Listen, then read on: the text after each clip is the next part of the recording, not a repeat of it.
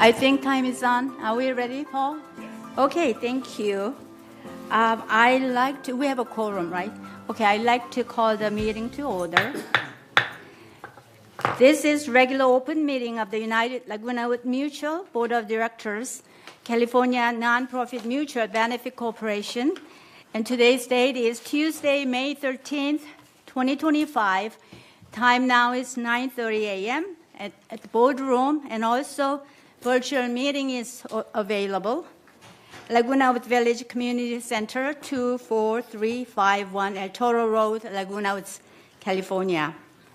The purpose of this meeting is to conduct the regular United Mutual Board meeting in accordance with the Civil Code 4930 and was hereby noticed in accordance with Civil Code 4920. Okay, let us have a pledge of allegiance to the flag, led by Director Prater. Ready, begin? I pledge allegiance to the flag of the United States of America and to the republic for which it stands, one nation under God, indivisible, with liberty and justice for all. Thank you. Okay, let's approve the agenda. Is there any objection to approve the agenda as written? No objection, so approved. All right, approval of meeting minutes. April 8, April 24, agenda prep meeting and also special open meeting. Is there any objection to approve the meeting minutes? Is there any correction, addition, subtraction? Nothing, so approved. Thank you. I'd like to announce one of our board members has resigned, Nancy Carson, as a date of May 1st.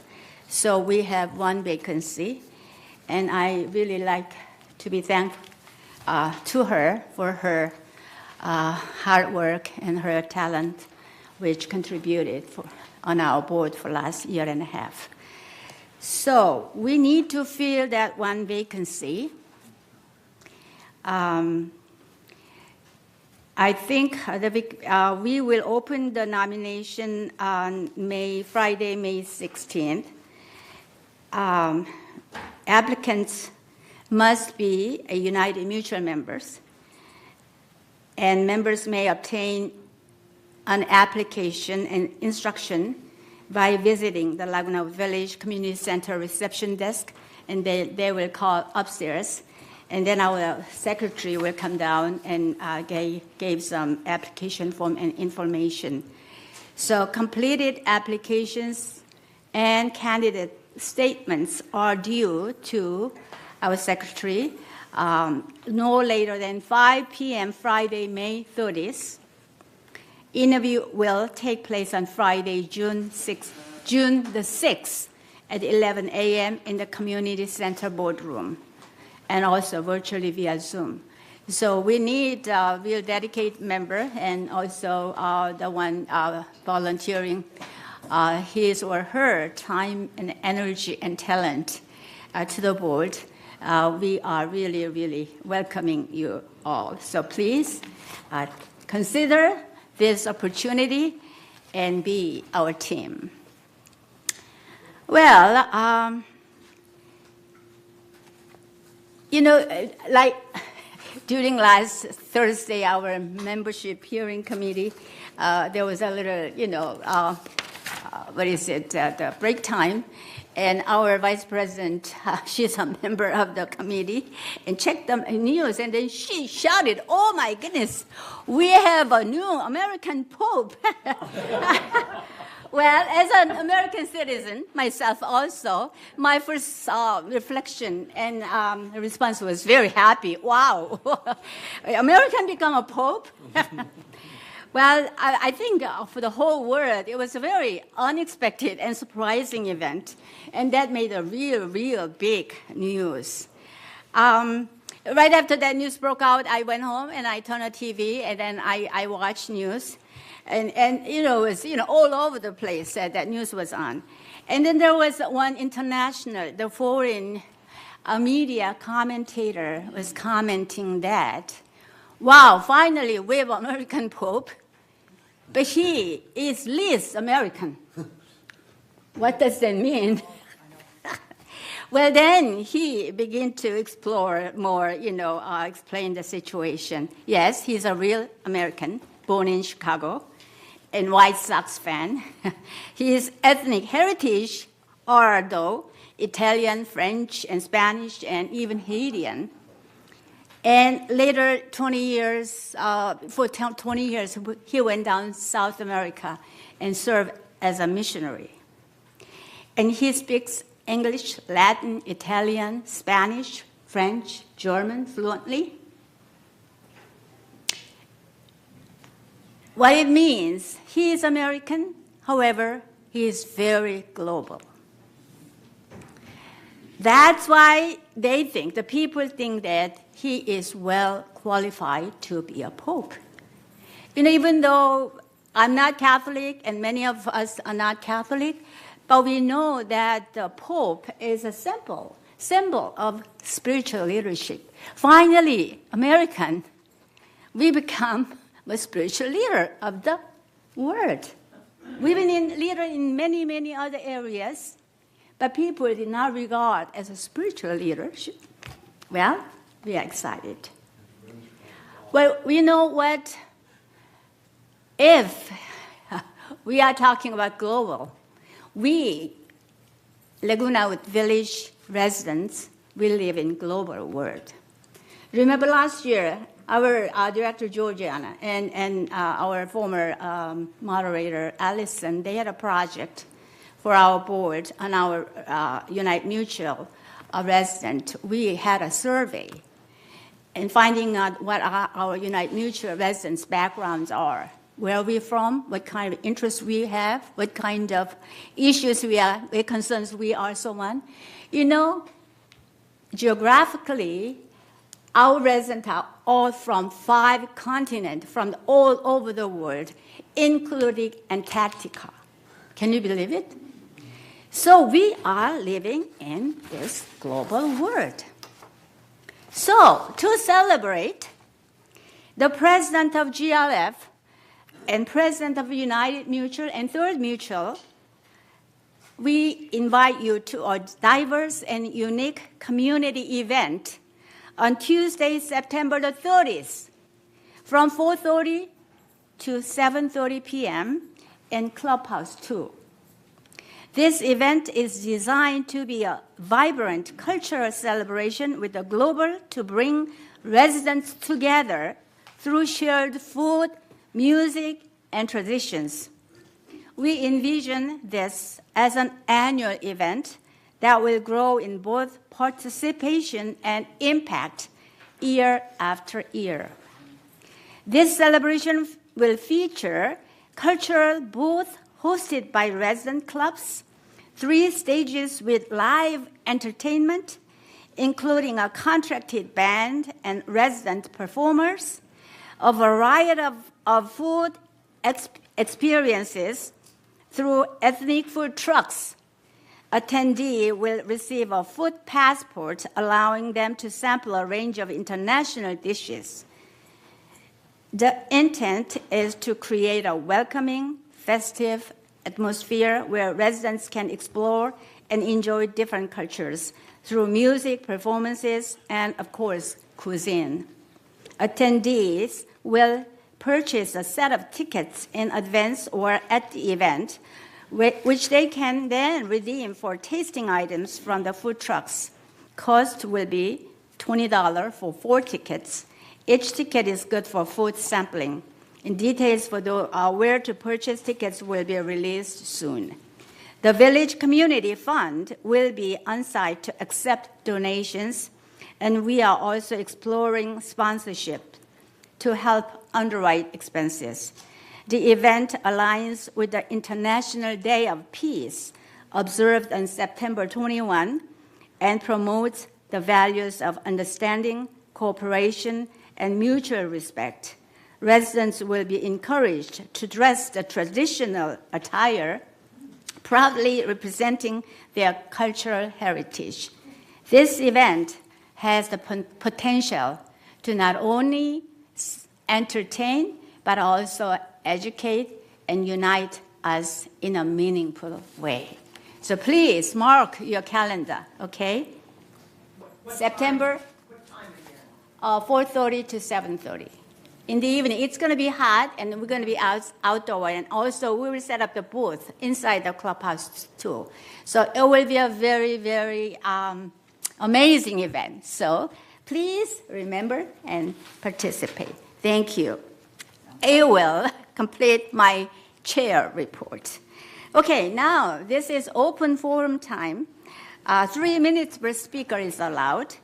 At this time, members only may address the board of directors regarding items not on the agenda and within the jurisdiction of this board of directors. The board reserves the right to limit the total amount of time allotted for the open forum to 30 minutes as a whole.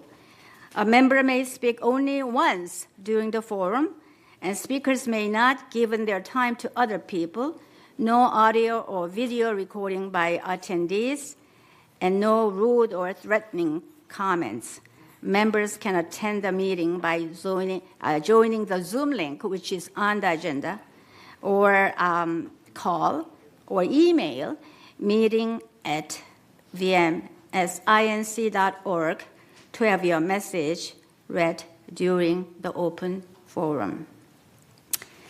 Okay, any open forum speakers? Yes, we have roughly 5 open speakers. First speaker is Chris Collins.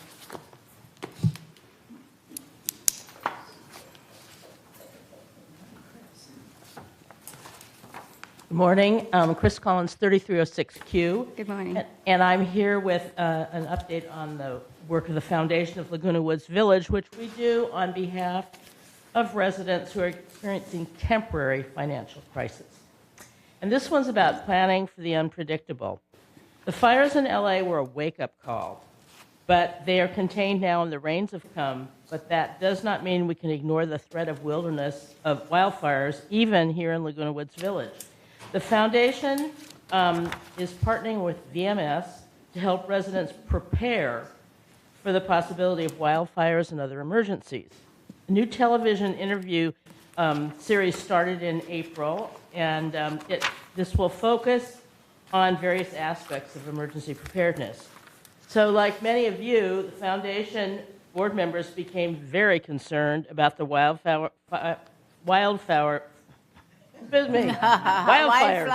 They were upsetting. And how that could affect, us here in the village. So the big question was, how can we prepare? So the first interview happened in April, and it was with Eric Nunez, the village director of security. And these will be going forward for a while now. They'll be on Wednesdays, and they're at 4 p.m., and then they repeat on Saturdays at 12, all through April, May, June. And the interviews can also be accessed at the foundation's website, which is the Foundation of Laguna Woods Village.org under the special tab, Disaster Preparedness. So Chief Nunez, he discussed the relationship with Orange County Fire Authority and the sheriff during these emergencies, and what to expect if an evacuation is required, and steps that you can take to protect yourself. So the televised series is part of a public education partnership of the Foundation of Laguna Woods Village with VMS, and also includes media releases, public service announcements, and an emergency preparedness brochure. So the topics that are going to be covered are a go bag, assessing the alert systems, and how to use your smartphone to help in an emergency. So in May, we have the captain of CAL FIRE, and he's the officer that's here in Orange County Fire Authority. And that's ultimately what we learned by the foundation, and you may know, but it's interesting because CAL FIRE, they're the ones that really take over in the case of an emergency. So if you do have any questions about planning for the unpredictable, please contact the foundation at comlane.com, or you can go to our website, which is the foundationoflagunawoodsvillage.org. Thank you. Thank you. Next speaker is Catherine Bryans.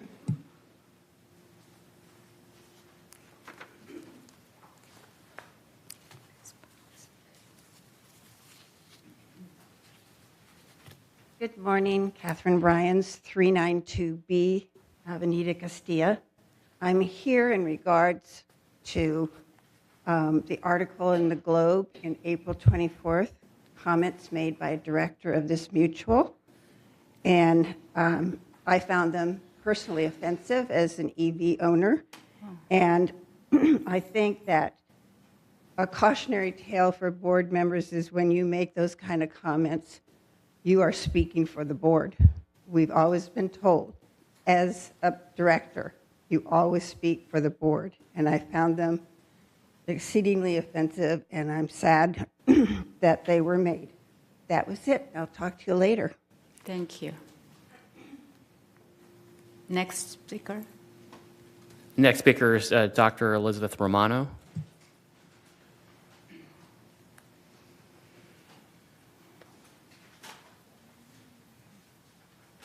Thank you for your time. I'm a corporate compliance CEO, and how we manage our money here is out of line with the federal guidelines. This is how we keep our money in bags, okay? It is not earning any interest. It's also not tracked, okay? This is not okay. We've all worked too hard for our retirement to have it placed in bags and passed around. So, you know, that is one thing. That really needs to be corrected. That's a violation of federal law, and it is unbecoming, okay, of you, the board, of not knowing what the law is and following it. Further, I want to respond to being removed from my house and having my papers taken away from me. That's a felony, okay? And my tax papers were taken and locked up, and they're over at the, I had to track it down and find out it was removed and put in the police station. I was pulled out of my house in the evening with only my pajamas on by a squad of the security guys. This is not okay. This is elder abuse. It's frightening. They abused my animals. It was rough, okay? This isn't the way you treat people here. That's it. You know, we need to do something about this. This is for the whole community. A lot of money is missing. And what happens is what I overheard is one of the guys said, oh, don't worry about your missing money. You know, that wasn't 1.2 million, 25 million. You know, somebody's got a bag with 1.7. That's not okay. Thank you. Next speaker. Madam Chair? Next speaker is Andre Toring. Okay, go ahead. No. I think, okay, you can respond after. Yeah. Good morning. I know the board members are working hard. I was one of you, and I was trying to do the best. I understand there are things that you don't know, they don't have experience. But our board members, HOA members, have a lot of experience, want to share with the board. And I want the board to, hope the board will listen to us and like the one just talk about illegal procedure for the money. I don't know if there's any SOPs that VMS need to follow, and the board is responsible for making sure there are SOPs. So I want to talk a little bit about job descriptions of the board. First, you need to establish a vision statement. You have a vision statement and establish directives based on to meet the vision goal. Establish oversight to measure directive effectiveness, whether it's working or not. Develop a management job description based on oversight laws we talked about and in the industry best practices. Okay, and hire qualified vendors to meet management and staff job description. Do we have a job description like that for VMS and their staff? Have you reviewed that? Okay. Do you give them any directive on what you need to do? Okay.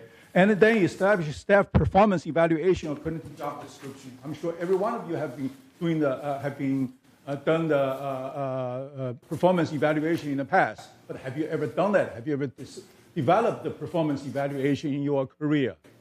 Okay. If not, you need to find some expert that consulting helping you to establish that, and hold management accountable based on their job description. Are you doing that? Okay, performance evaluation, and review vendor SOPs based on job description and industry best practices and laws. And also, you need to establish SOPs for review the SOPs based on the execution. So hold staff execution accountable based on their SOPs. We frequently see them not doing their job right, and there are all kinds of excuses. But shouldn't be any excuse about if they have, there's a SOP based on that. It's either training done, not done, or the SOP is incomplete. And establish a continuous review of job descriptions and SOPs to meet evolving oversights and industry best practice. Ensure transparency of vendor performances, share with HOA members, and also ensure transparency of board member votes. Okay. These things cannot be hidden. We frequently found out that board members will say one thing and then vote the other way. Okay, that's not allowable. Okay, and superior support oversight and performance evaluations for directives. Okay, I don't have any time anymore, but there are a lot of things that I just talked about the board is not doing. Okay, the board needs to review its job and say, what are we supposed to do? What is our job description? How do we Thank you. Time's complete up. the job and do our job? Thank Thank you. Next speaker is Marie Collins.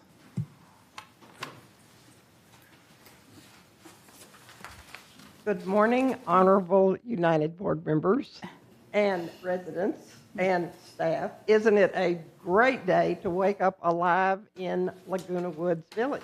Yes.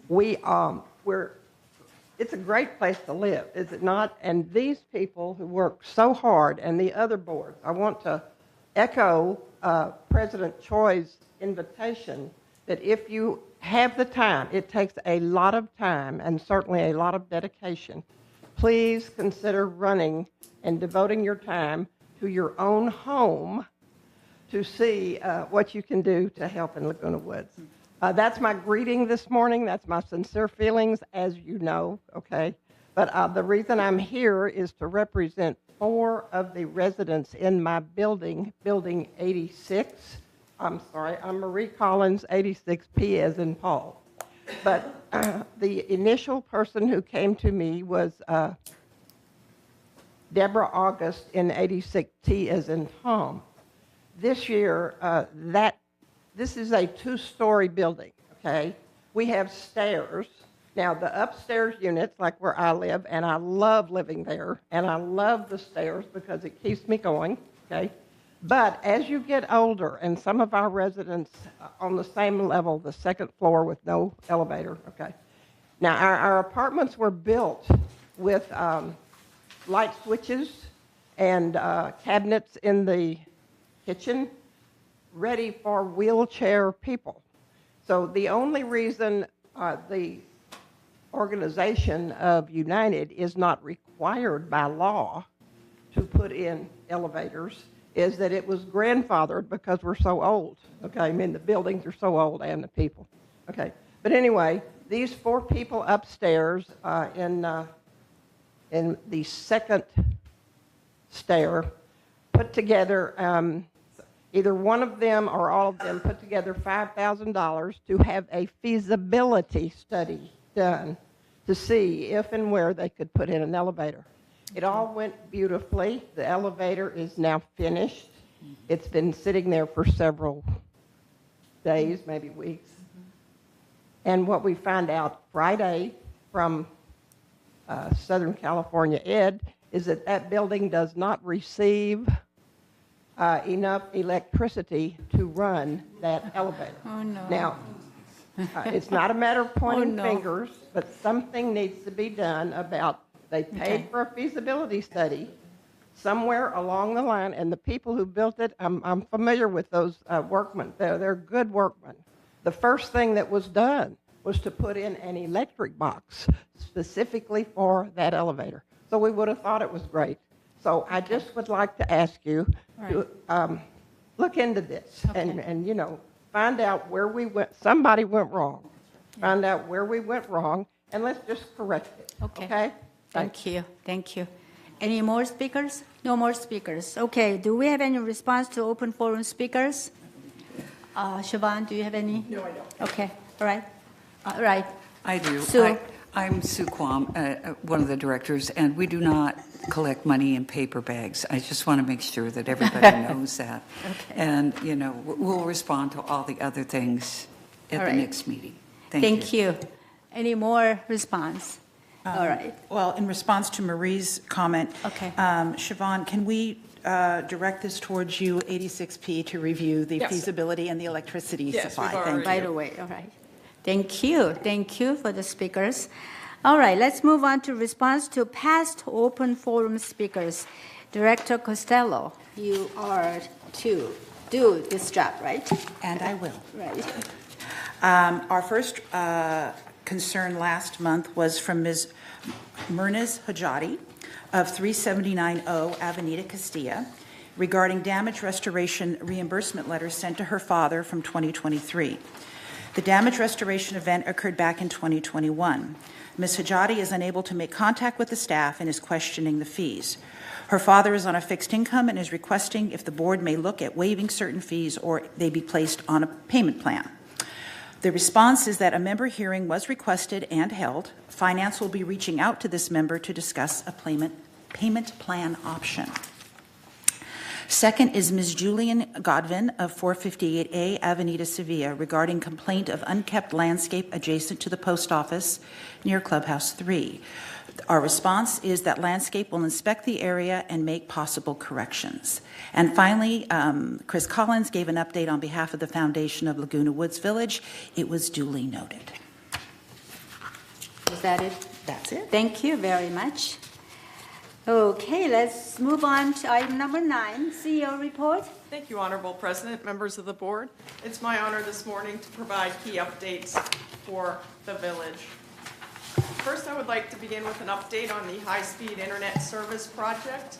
As you will recall, since you participated, this was approved by corporate members about a week ago, and GRF signed a contract with Ting Internet following that approval. This project will bring a high-speed fiber network to Laguna Woods Village. The network will deliver speeds of up to 2 gigabytes per second, allowing households of Wi-Fi devices to connect seamlessly. It also includes a partnership with DirecTV Stream to bring residents more ways to enjoy their favorite TV shows and movies. Construction will start next month. There will be an emphasis on resident communication. Again, construction officially kicks off on Monday, June 9th. The first phase of the work will begin in the southeast area of the community, specifically around gates 1 through 4. Crews will identify existing utility lines to ensure everything is installed safely, dig to place hand-hole boxes, small underground access points that help manage fiber connections, and place highly visible signage in the active construction zones. Signs will move as work progresses, so you will always know what's happening nearby. You can learn more about Ting and your internet service by visiting the address on the screen before you. And this was also published in last Friday's What's Up in the Village. Here you can learn about how the fiber network works and why it's the fastest, most reliable option. Also, what internet speed means and how it impacts your online experience. Tips on Wi-Fi frequencies, routers, and maximizing performance. Browse frequently asked questions and submit feedback about your construction experience.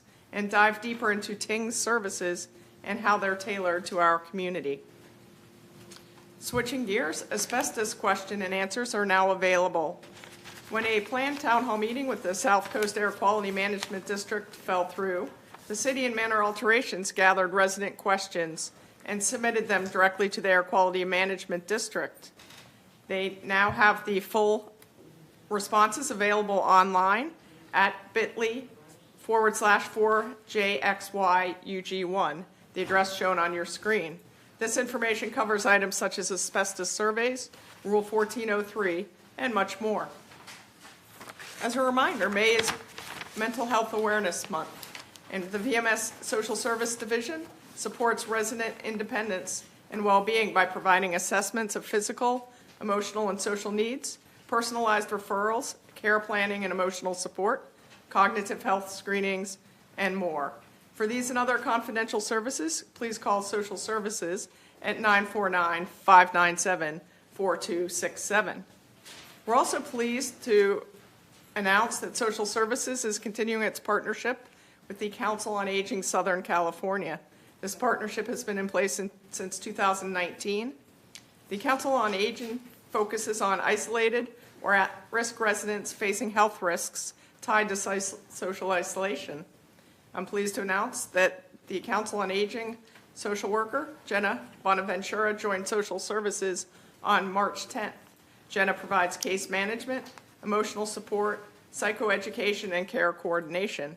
Her services are provided in collaboration with our social services workers and are provided free to all of our residents. Landscaping Services has announced a new 30-day ticket closure policy that has been implemented in coordination with resident services. It consists of no new tickets being opened for areas already scheduled for maintenance within the next 30 days. This prevents duplicate efforts and improves workload efficiency. Residents will be notified by email if their ticket is closed and the team is arriving within 2 weeks. Most importantly, there are very extensive maintenance schedules available on the village website. If you look under Services, Landscaping, and pull up the landscaping calendar, you can see exactly when your area will be serviced and what type of service it will be receiving. Switching to communications and following up on some of Chris Collins's comments earlier, following the earthquake in mid-April, we've received questions about how the village communicates about earthquakes. Our earthquake communication strategy focuses on preparedness and realistic expectations with clear, calm, action-focused post-event messaging. This strategy aligns with public safety best practices. And as a reminder, VMS does not issue real-time alerts during shaking. We do promote common applications such as MyShake for early warning and Alert OC for updates. We do use Code Red for post-event emergency follow-up. Following an earthquake, residents can expect the following. If there is minimal impact, a brief update via email, website, TV6, and social media confirming no damage or service interruptions will be issued. If there is significant impact, multi-channel updates with key information such as gate closures, safety, and service changes will be made. And again, if there is an emergency, Code Red will be used for urgent, time-sensitive alerts to our residents. As a reminder, the 2026 version 1 budget meetings are approaching. Shown on the screen are the upcoming meetings, beginning with the capital budget review for GRF that is tomorrow afternoon at 1:30 p.m. United's first meeting focuses on maintenance and construction, and that will take place on May 22nd at 1:30 p.m. here in the boardroom. There's also a United Landscape meeting scheduled for June 2nd at 9:30 a.m. in the boardroom. The 2026 reservation lottery is about to begin. This allows residents to reserve 2026 dates at village facilities for celebrations, special club events, and more. Please pick up your lottery cards in the Recreation office starting Thursday, May 15th, or email reservation requests to recreation@vmsinc.org. Please complete lottery cards requests to the Recreation office by 5 p.m. on Monday, June 16th. Participants will be notified of secured reservations by September 1st. This is a reminder that the annual termite fumigation program is underway. It's scheduled for May through November. The program targets dry wood termites in inaccessible areas. 49 United buildings are scheduled this year. Please check the community website for additional information about the fumigation program. And lastly, concrete repair work is scheduled to begin mid-May, so just about now, and is scheduled for the following locations. The first 4 locations shown on the chart before you are in United, cul-de-sacs 73, 46, and 29, and then Avenida Castilla. So please take a look at the village website or what's up in the village to see the dates of these repairs. And that's my update this morning. Thank you very much. Thank you. Do we have any question for Siobhan?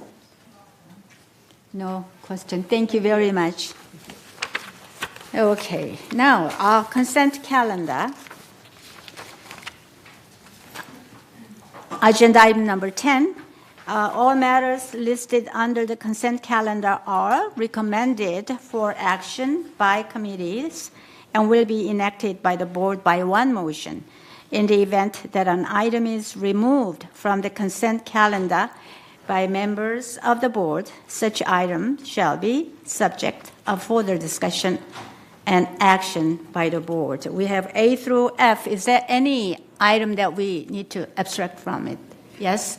Madam, Sue. Madam President, Yes. I would like to pull out the update of the committee assignments, just because we need to remove Nancy Carlson on the committees and then do temporary shifts in the chairmanship with her vacancy. I know you all are working on. Yeah, we are working on it. On Yeah, it. okay, we will Okay. remove item number F. Yeah. And is there any motion to approve? Madam Chair, I Yes. think that should be done at our next meeting. Yeah, okay, So we should keep it on the consent calendar right now. But right, okay. Yeah. Let's do that. We usually do it during the closed session and next meeting, so we just go Okay, ahead and include all it. right, that's fine. So, yeah, then we will just have one motion to accept it, right? Okay, any objection? No objection. Okay, so approved. Let's move on to 11. Item 11, unfinished business. A, disciplinary update report. Do we have any staff person to report, make a report?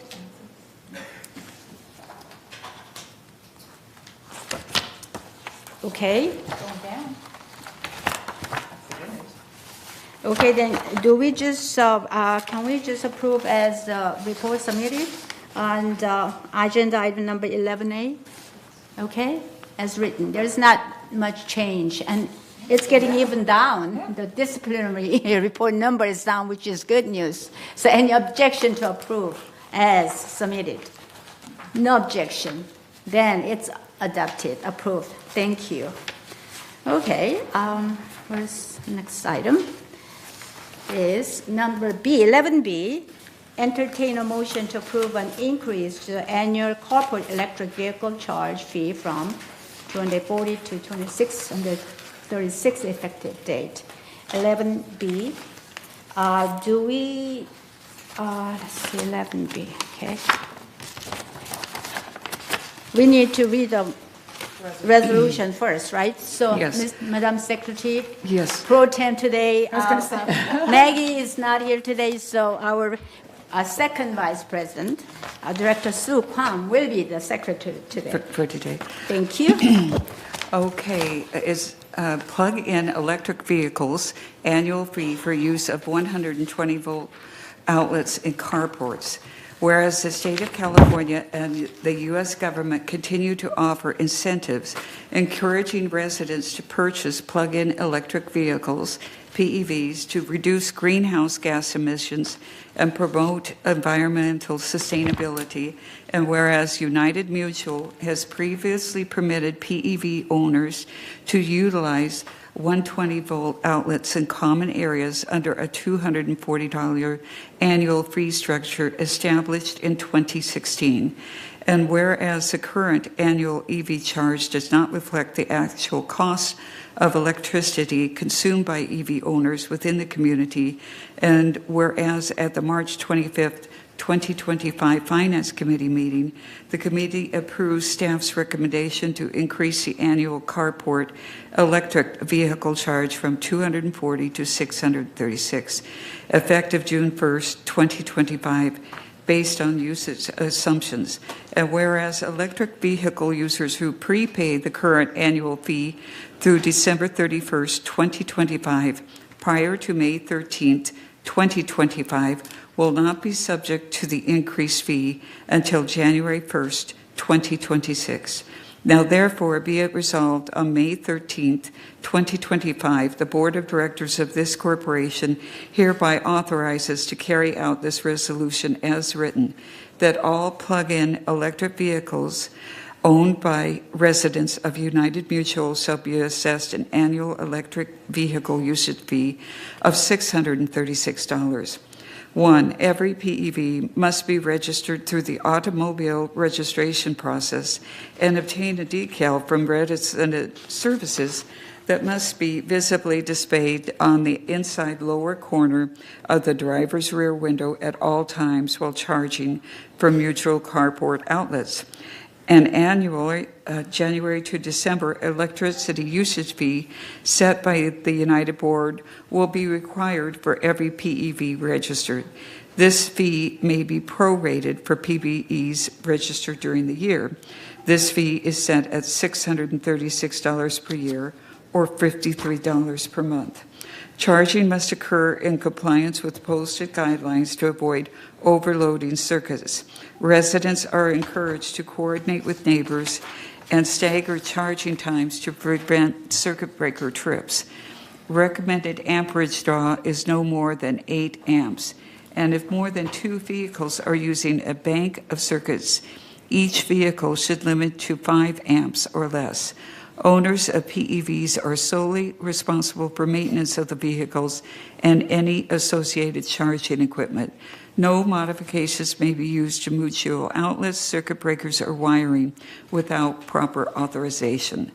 Owners seeking to use high-voltage charging must comply with board-approved alteration standard, Section 41, and shall be required to apply for a permit and make necessary arrangements with the electrical service provider, currently SCE, for installation of a separate service panel and conduit and appropriate electrical outlet. In such an event, vehicle registrations will not be required. Resolve further that Resolution 0116-112, adopted on December 13, 2016, is hereby superseded and canceled. And resolve further that the officers and agents of this corporation are hereby authorized on behalf of the corporation to carry out the purpose of this resolution. I move this resolution. Is there any second? Okay. Madam, There's a second. I'll second. Okay. I'll second the motion, but I'll have another motion that this resolution be tabled and sent back to committee. Right. We have a motion and second. And a second. So we have to the approve or deny. And Tony, there's just a Yes, minute. I can't approve this because it's very convoluted, and we do not have the, I've been involved with people in our cul-de-sac and other cul-de-sacs where they can't charge their EV. There's not enough voltage, not enough time, so it should be an at-will service, and we cannot provide an at-will service for people charging their cars. When you need gas, you get in your car, you go gas it up, you get back in your car, go home. That service, we cannot provide the service, so it's not an at-will service, and I think it leads us to maybe some exposure. So I can't vote for this. Thank you. Oh, okay. Yes, Tom. Yeah, I second Right. Charlie's motion to refer back to committee. Okay. And that would All right. supersede the All right. main motion. Okay. Yes, because... Just a minute. Okay. Just a Charlie's motion to refer back to the committee superseded. So we are going to work on that motion. But do we hear from anybody speak to that motion or not? No. Okay. I'd like to ask Charlie to amend his motion to refer back to committee and allow the residents that are here to speak on the item to speak today. Okay. Yes. All right. Okay, so Charlie's motion is to refer this motion back to the committee. We will reconsider whole issues. But if there is any residents who wants to speak to or against or anything related to this issue, you can now come to speak. Is there Okay, any? so we actually have 13 speakers. Okay, 13 speakers. I don't know All if you right. want to. All right, thank you. We are ready to hear. You want to limit that to 2? Yes. 2 minutes? Point of order. Right. I think we only speak to the referring back to committee. Right. A motion now. That's the only discussion. I know. And not But we need about the EV itself right now. Right. Okay. Well. And then after that motion, then you can. Okay. All right. Then it can. be Let's spoken. speak to the motion. I mean, committee. Is there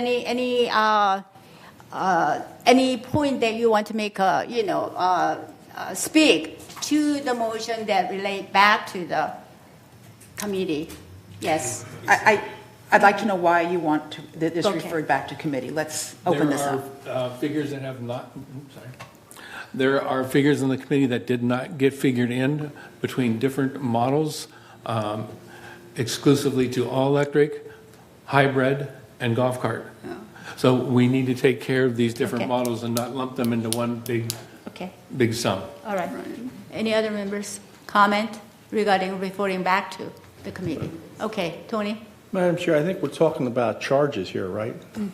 We're just talking about charges, and my thing is, we can't, we're not in a position to be able to charge anything. That's We a can't different provide point. We can't provide the service. Yeah, okay. Yes, But yet we are. People are charging their vehicles. Right. People can't charge, that's my point. They can't charge. some, okay. They can't charge when they want to, but So it's people are not an charging at-will their service. vehicles in the carport. I'm not saying that we shouldn't refer it back, but you're blatantly saying people aren't charging their vehicles. I'm saying we have over 500 EV users that are charging their That's vehicles not in what their I said. carport. I have experience where people can't charge their EV because they're in competition with golf carts. I've been there. And in my Okay, cul-de-sac, if there is no more referring back to committee, yes, Sue? Madam President, I would encourage you to look at that 7,000 mile as well, when it goes back to committee. I think many people are concerned about they don't drive that amount, and perhaps that could be staged over a number of years once you get the data. But that's just a recommendation. Okay, all right. Murat? I also would like to recommend to the committee that they would consider looking at individual consumption, basically looking at the digital odometers and potentially determining a price per person based on their own mileage and not on some kind of average that could penalize people who are underusing the mileage. All right, thank you. Any more discussion among the members of the board?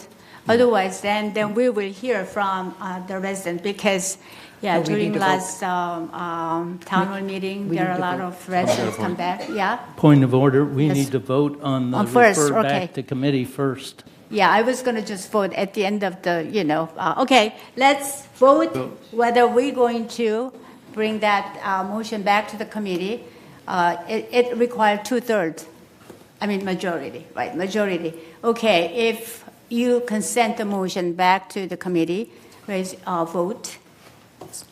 Please vote on your screen. Okay.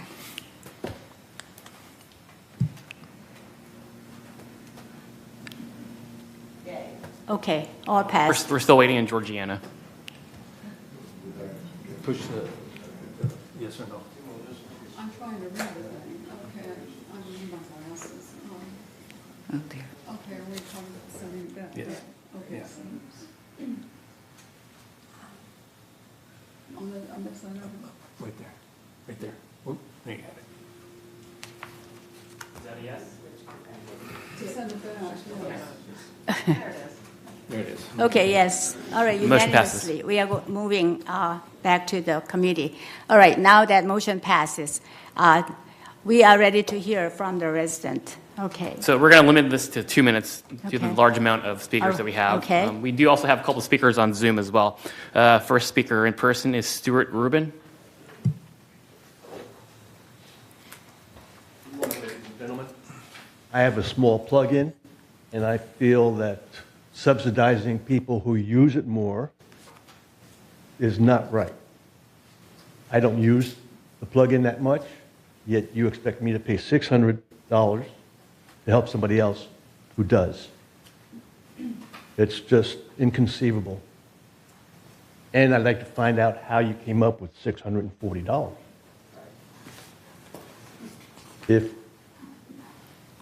If that's based on usage for a kilowatt hour, then you have to figure out who's paying for what. And then enforcement, how many golf carts are there in the community that it plugs in but do not have the EV charging permit? I think enforcement is the key here.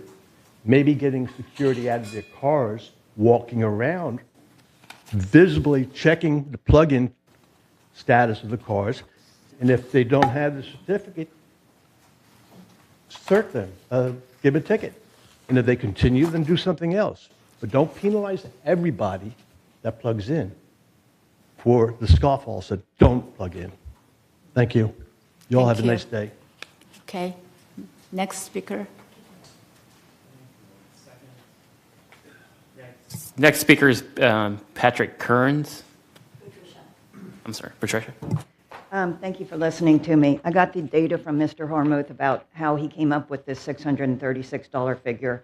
His first number is 7,600 miles a year driven, because that's he got that as average miles driven per year for those 65 and older in the United States.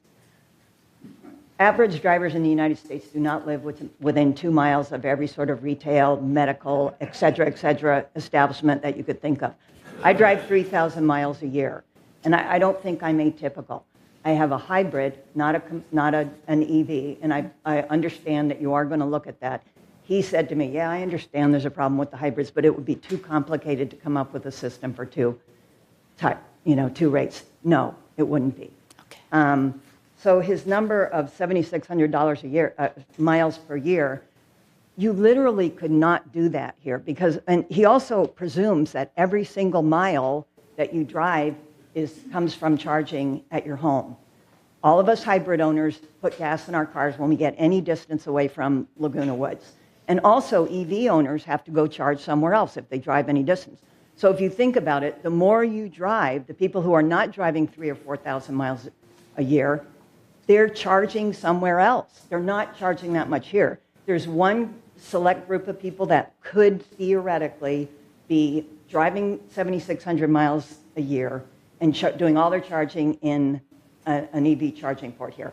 That's a commuter, but they can't do it. I had a neighbor who tried to do this. He was commuting to one of the coastal cities. He had an EV. He couldn't, because of the slow charging speed, which you also all heard about with the elevators, he could not physically charge his car up every time. In less than a year, he sold the EV and got a gas vehicle. So we don't need to plan for people who are driving 7,600 miles a year. Because if you are doing that and you're doing loops around Laguna Wood for 7,600 miles, or you're driving out and in and out and in every day with an EV, there's no way you can physically charge your car. To give you an example, the speed at which I charge in my carport is 3 times if I go over to the slowest commercial charging speed. Thank you. It's that slow. All right. Thank We'll you. consider it. Thank you. Any more speakers? We have a lot more. Next speaker is Dee Tucker. Okay. I thought we were doing 2 minutes, not 3. We are too.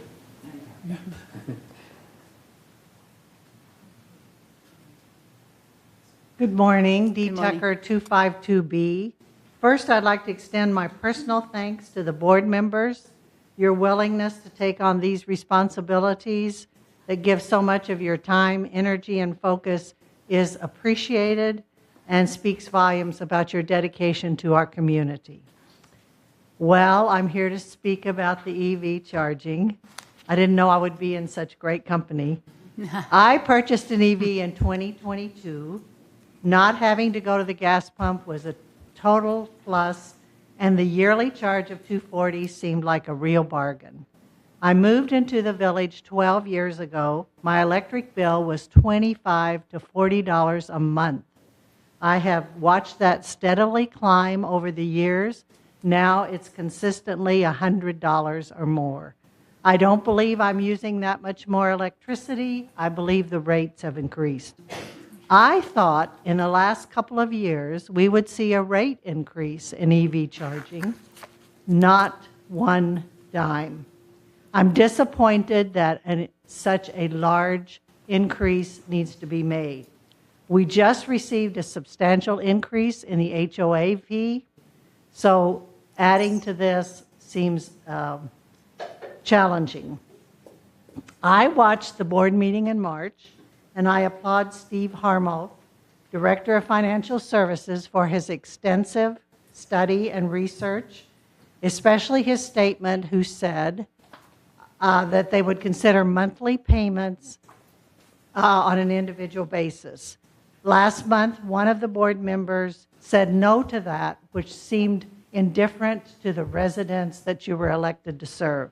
I urge the board to reconsider this motion. Thank you. Thank you.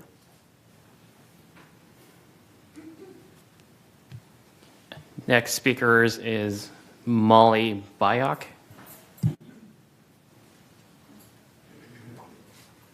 Hi, I'm a resident of 3 years at 728D, and this is my first meeting, and I am the guilty person who wrote a seething letter to the Globe last week about this issue.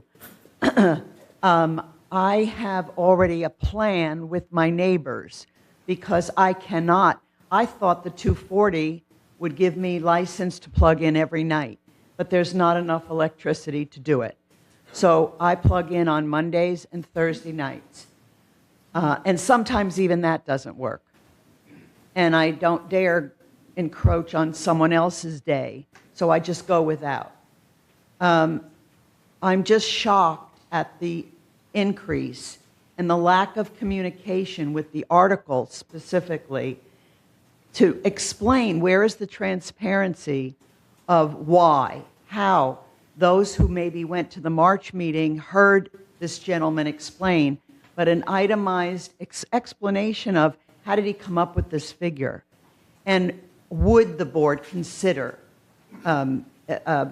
smaller incremental to get to the 636 over some years? It's just shocking. So I thank you for the opportunity, and I look forward to back to the committee and maybe more communication with us with more details so we understand where you came up with this. Thank you so much. Thank you.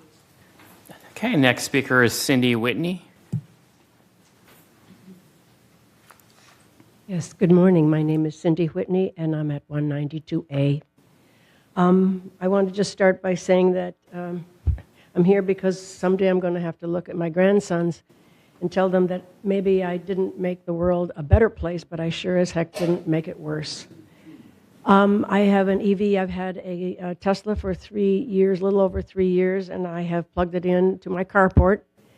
Yes, it's spotty and it doesn't always work, but it's okay for the amount of mileage that I use. But I also want to bring to your attention, this is the only thing I'll say and I'll be brief. On my phone, I have all the stats that I have in my usage of my car and what it should cost. Is there some way that we could be metered? Is there some way that we could be individually charged for this? Because it's known to us and it's vastly different from what you're saying I should pay. So I'm just curious as to whether we could match these two amounts to what we're actually using and what you're suggesting that we pay. Thank you for your time. Thank you. Okay, next speaker is Earl. I'm sorry if we mispronounced your name. Hungnis.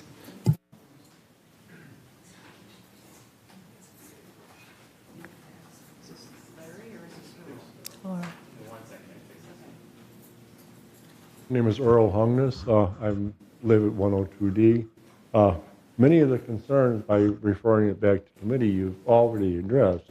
But like the last gentleman said, I think somehow you need to figure out a way to figure out a person's usage, because everybody doesn't use the same amount of electricity even though they have the same type of vehicle. So I think sending it back to committee seems to be a good thing to do. Thank you. Thank you.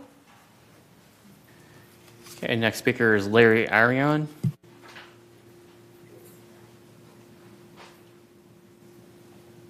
Larry Arion, 6820. First of all, I'm so happy to hear that the board has finally had some common sense in sending it back to committee for more consideration. And I have a little advice for the committee that they not consider painting everything with such a broad brush. There are so many variables in this thing. As the gentleman over here said, you have all electric, which I have, plug-ins, hybrids, they're all different. For my own case, I drive less than 4,000 miles. I did the calculations on the amount of electricity actually used, and it came out to $216 a year. So exchanging it to $636 would be grossly unfair in my situation. Everybody is different. Please, committee, use some common sense and continue. Thank you. Thank you. Next speaker is Valerie Feldman.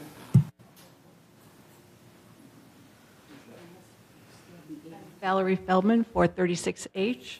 And I guess my questions are premature. I'm not talking about anything, but I had questions about the formula. And I, too, have a vehicle that is not fully electric. It's partially electric. I have a 25-mile range, and $626 seems very excessive to me. And I'm hoping they parse it out a little smaller in the future. And I'm glad it's going back to committee. Thank you. Thank you.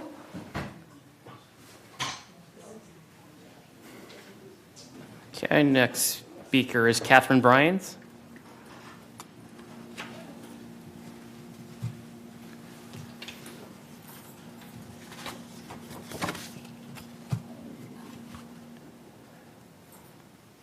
Good morning again.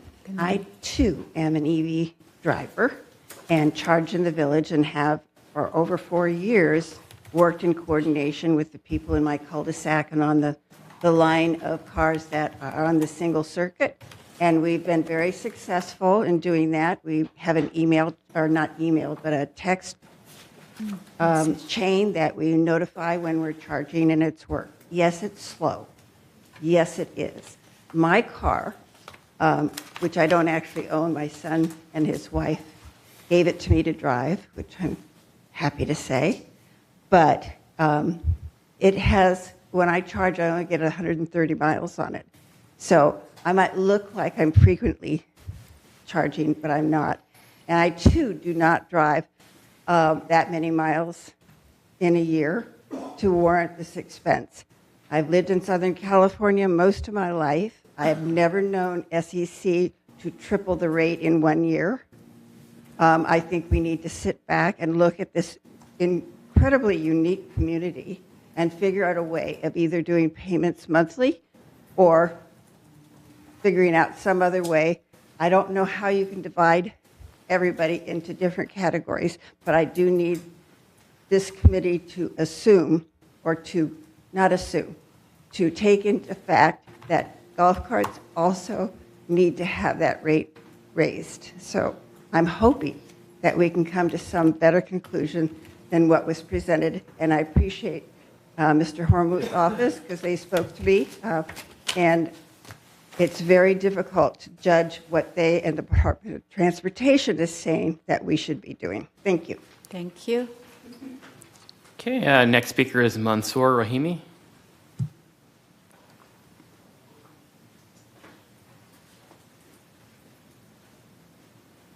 Good morning. I too have a plug-in hybrid, drive less than 2,000 miles. As many of the people here indicated, this is overcharging on my part. I'm thinking of selling my automobile and going full gas. And if I do, then the board is exposing itself to discriminatory laws. I picked up a couple of these online. You might want to look into it. Specifically, California Civil Code 4515, non-discrimination against sustainable living. So what you're doing is you're driving us back to the gasoline era, and the title of the law is Electric Vehicle Charging Stations, Common Interest Development. And the relevance is the California's SB 209, passed in 2020, which prohibits HOA from imposing unfair restrictions or fees on EV owners unless they are reasonably necessary. So, as the board member gentleman mentioned, we cannot discriminate against certain group of EV owners for doing this, and at the same time, the law prohibits us to move in that direction. Thank you. Next speaker is Bob Levy.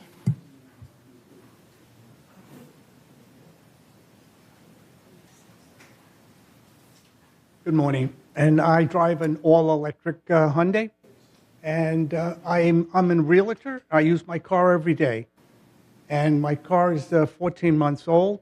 There's 6,400 miles on it. It's average 5,200 miles a year. So I think the formula that you're using of 7,500 is excessive. The other thing I'm going to mention, this problem, more and more people are going to get EVs. This problem is going to get worse. Where are we going to get all the power? So on my motorhome, I have solar panels. The solar panels charge batteries, and then I have an inverter that creates the 120 volts. And I think somewhere down the line, we're going to need to start installing solar panels on our carport with a battery bank and an inverter. And we have our separate power. If we're going to pay $600 a year, I might as well make payments to get this thing built, and eventually it'd be free and clear, and it's free, except for the cost of putting it together. Thank you. Thank you for the tip. Next speaker is Gary Serbanuk.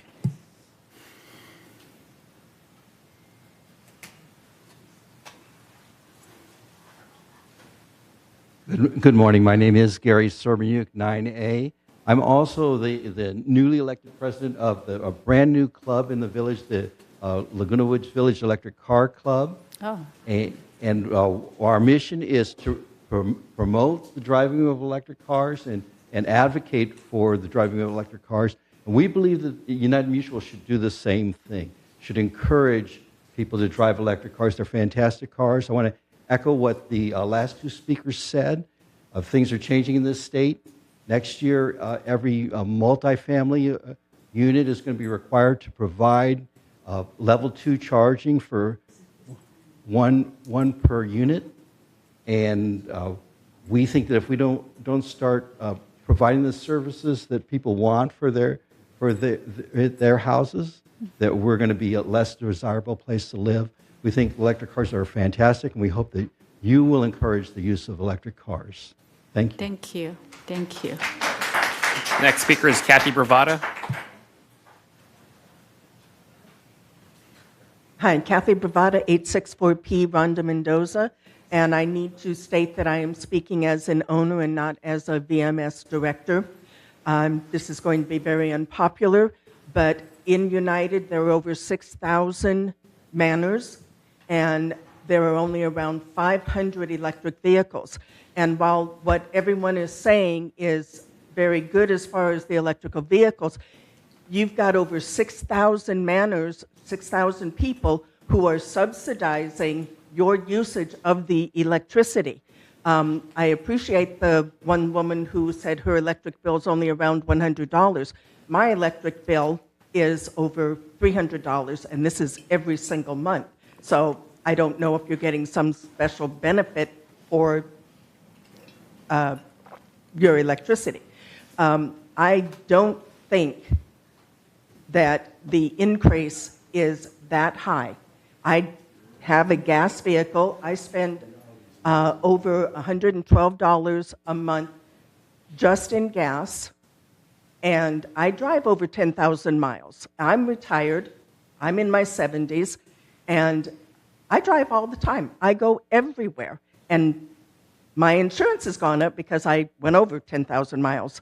But I want you to consider the fact that there's only around 500 electric vehicles and over 6,400 units, and a lot of us are subsidizing their usage of the electricity, and I don't think that's fair at this point.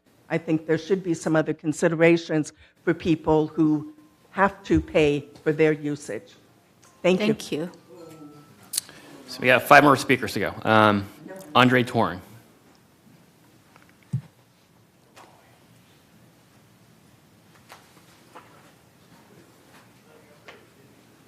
Thank Thank you very much for the opportunity to share my thoughts with you. I understand that board members has already voiced the concern about this resolution and sent back to the VMS to committee to reconsider. Now, my question is, advice is don't get into management.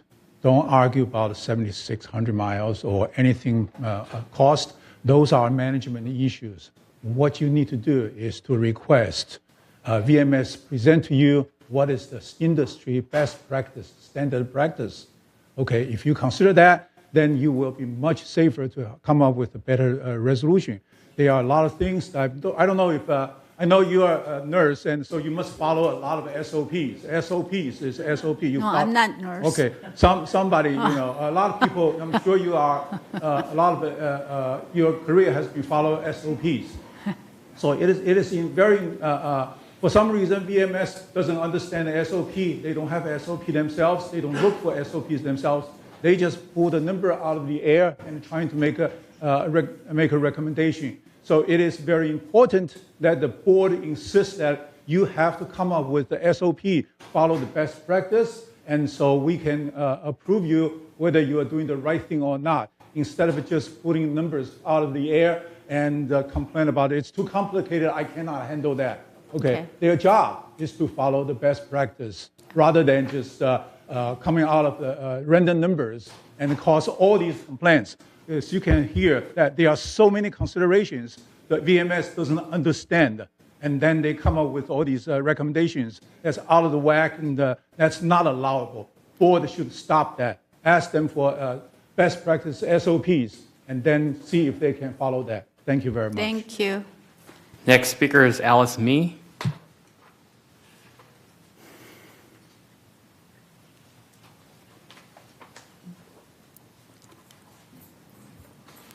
Hi, everybody. I've been living here more than 20 years. I bought a EV at 2022, and okay, I just a few.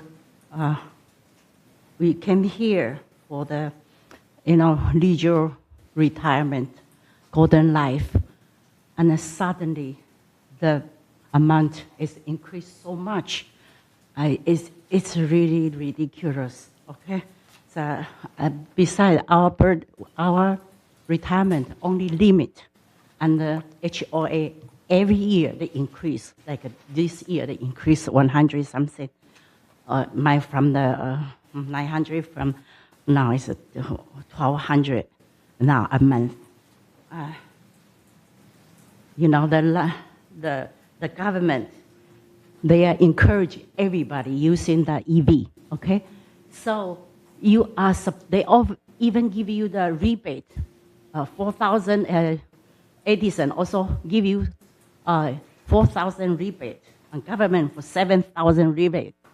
And they all encourage you have EV. How come our Verge increased so much, more than 600 fee for this charge? Our car, if you want to go 1 hour away, we have to go outside to get a recharge. We cannot inside. Inside is so slow. And this is a very slow service. How come we pay the very high price every month?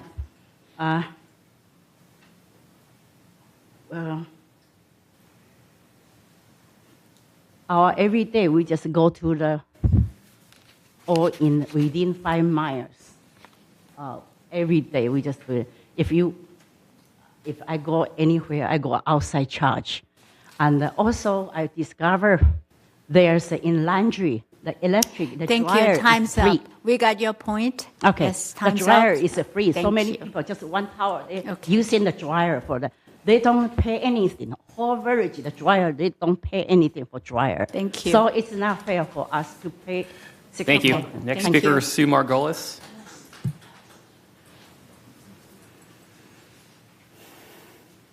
I've been a PHEV owner since 2018, and it's been nice knowing that I can drive a car on our roads without contributing to air pollution and problems for the benefit of my fellow bicyclists, walkers, and golf cart drivers. And I've been happily paying the $240 each year. I've read that it's considered to charge $636 for EV charging starting in January. This is okay, I'm told, because the last time the annual fee was changed was in 2016. Something doesn't sound right. The charge per kilowatt hour in 2016 was 21 cents. The charge per kilowatt hour in 2025 is 23.25 cents. The increase in the charge over the 9 years is 13%.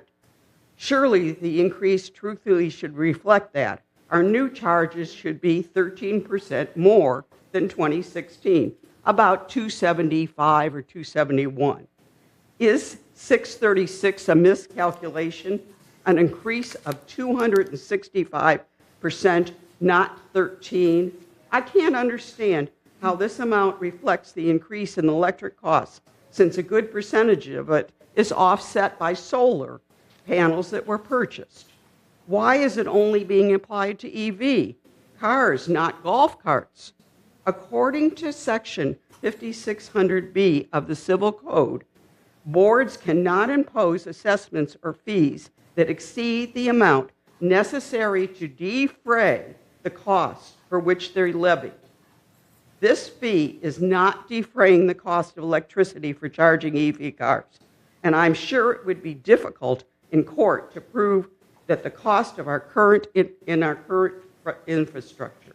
If enacted, I'm sure it will lead to a small claims court case at least, because this is not fair. Buy an EV car and raise the rate to $275. Thank you. Thank you. Thank we you have very much. two speakers on Zoom. We have Lauren Lutzenheiser. Okay. Hello? Can you hear us? Lauren? Lauren, can you hear us? You may speak.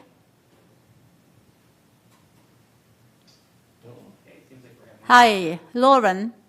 We are on. Okay, I'm going to move on to the next speaker then. Okay. Melinda LeBlanc. Melinda? Melinda? I think the system is not working. Oh, what is it? Should be working. Okay. Melinda, can you hear us? You may speak. She's muted. No. Melinda? You're right. Last Okay. call? Huh? Okay, we'll move on. Okay, let's move on. Is that it? Yep. Okay. Thank you very much for all who spoke, and we listened to you, and we are going back to work on our finance committee and get back to the board. All right? Thank you. Is that committee meeting available to the public? Yes. It's last Tuesday, last week, Tuesday, 1:30 p.m. here. Finance committee. Yes. Last Tuesday of the month? Yes. Thank you. All right, let's move on to next agenda item, 11C. Entertain a motion to approve the enactment of Standard 9 interior flooring for second floor manors. Right, we have a resolution to read. Madam Secretary, can you read it, please?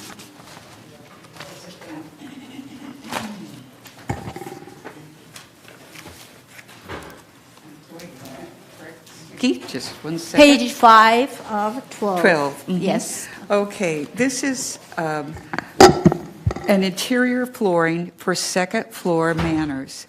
Whereas the United Laguna Woods Mutual recognizes the need to amend standards and create new standards as necessary, and whereas the Mutual recognizes the need to enact Standard 9, interior flooring for second floor manors. Now therefore be it resolved, June 10th, 2025, the Board of Directors of this corporation hereby adopts Standard 9 interior flooring for second-floor manors, and resolve further that the officers and agents of this corporation are hereby authorized on behalf of the corporation to carry out this resolutions. I move this resolution Any for second? consideration. Any second? Yes. Tony? You have a second? You're not seconding? Yeah, I'll second. Okay, second. Any discussion? Yes, Tony? Yes, I don't think we've come up with the right solution here. There's been tests and tests and tests by people, so unless we hire somebody that, and it's acoustical engineer, I don't go along with this because I live on the ground floor of a two-story building. Excuse and me, it can doesn't you meet- step out and talk, please?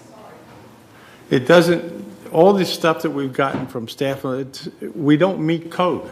It basically doesn't meet code, and if it doesn't meet code, then we don't own the manor.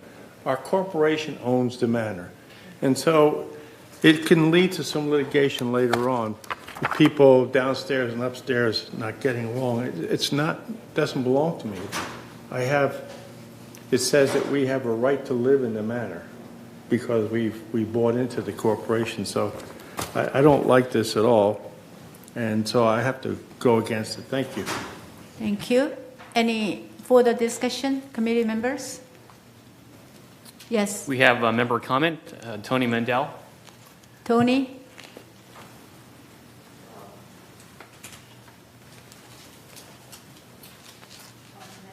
You can call me Mendy if you want. Mandy, okay. 31C.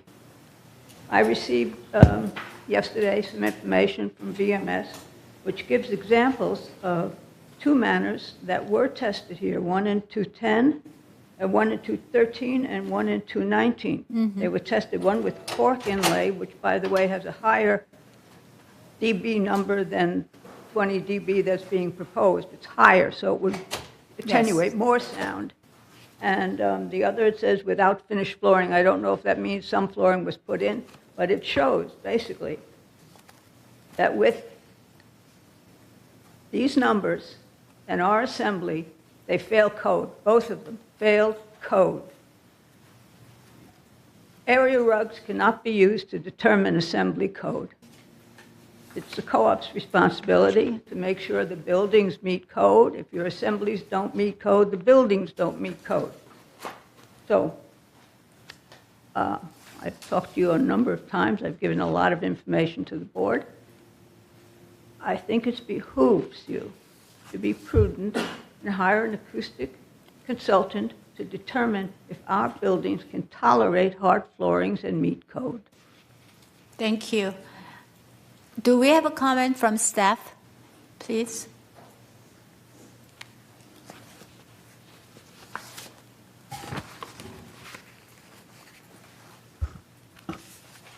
Good morning. Good morning. So in fairness to all of the board members, let me just quickly pass out what Tony was referring to so we're all on the same page. Mm-hmm.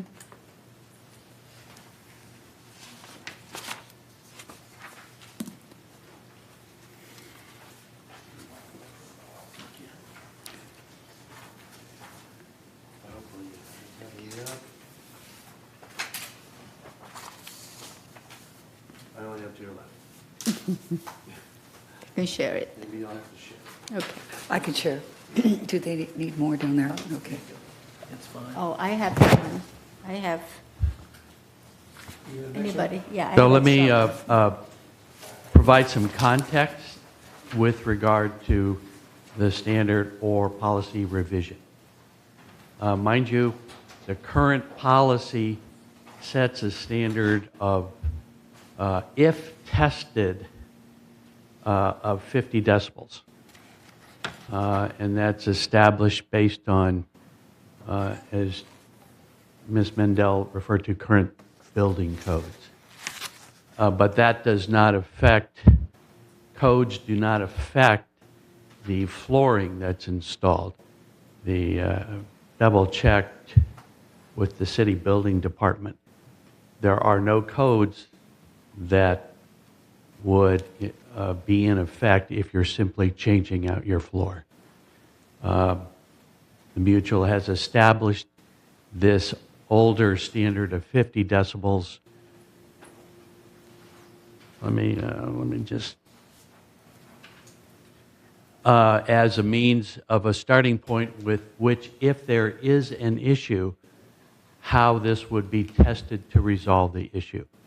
Now, currently, the board has this standard in place, and that number rating, as it says on the first part of the page here, is 50 decibel.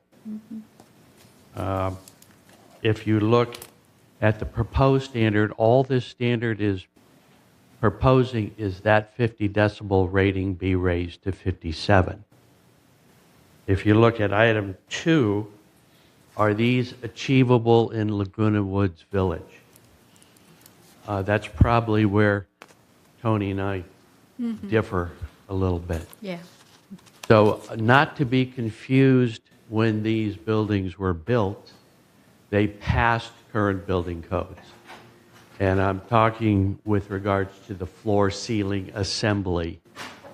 There are codes that dictate sound ratings for the floor ceiling assembly. As long as those assemblies don't change, even though codes are updated over the years, they are judged by the original floor to ceiling assemblies. There are, as Tony also alluded to, in the past 21 years, there have only been two incidences that have been concerned, the raised to the level of the compliance committee hearing. And the test results, we're not allowed to give the particulars of the manner out. That's privacy, but the test results are there, printed out for you. I'm going to refer to item B, which is in United. That was tested without their finished flooring in place. When their finished flooring was in place, it passed the code standard of 50 decibels. Actually, one of the rooms actually had a standard of 65 decibels, way exceeding the required. So, can it happen? Yes. If you look at item B being a base standard without any new flooring involved in the low 40s, the new requirement requires a 20 decibel underlayment. So if simple math says you add 20 decibels to, let's say it's 40 decibel rating, so you're going to have 60 decibels. The updated standard simply requires 57 decibels. Now that's, again, if and when it's tested. Keep in mind there's only been, in the last 21 years, 2 tests. Let me also state the overall goal of our standards is to improve the quality of life here. We are simply looking at upgrading that current code to raising that up to 7 decibels, which is achievable. In this particular one that didn't pass, it was determined that the member could use area rugs. And when they did put in area rugs, it passed the requirements. So that's it in a nutshell. There are no code requirements, again, for flooring. And we're not changing the floor to ceiling assembly rating, so current codes are in effect. For last comment is that if a member were to do a total remodel that did involve changing the structure between the floors, then the current codes would be in effect. But as long as they're not changed, there is no code requirements.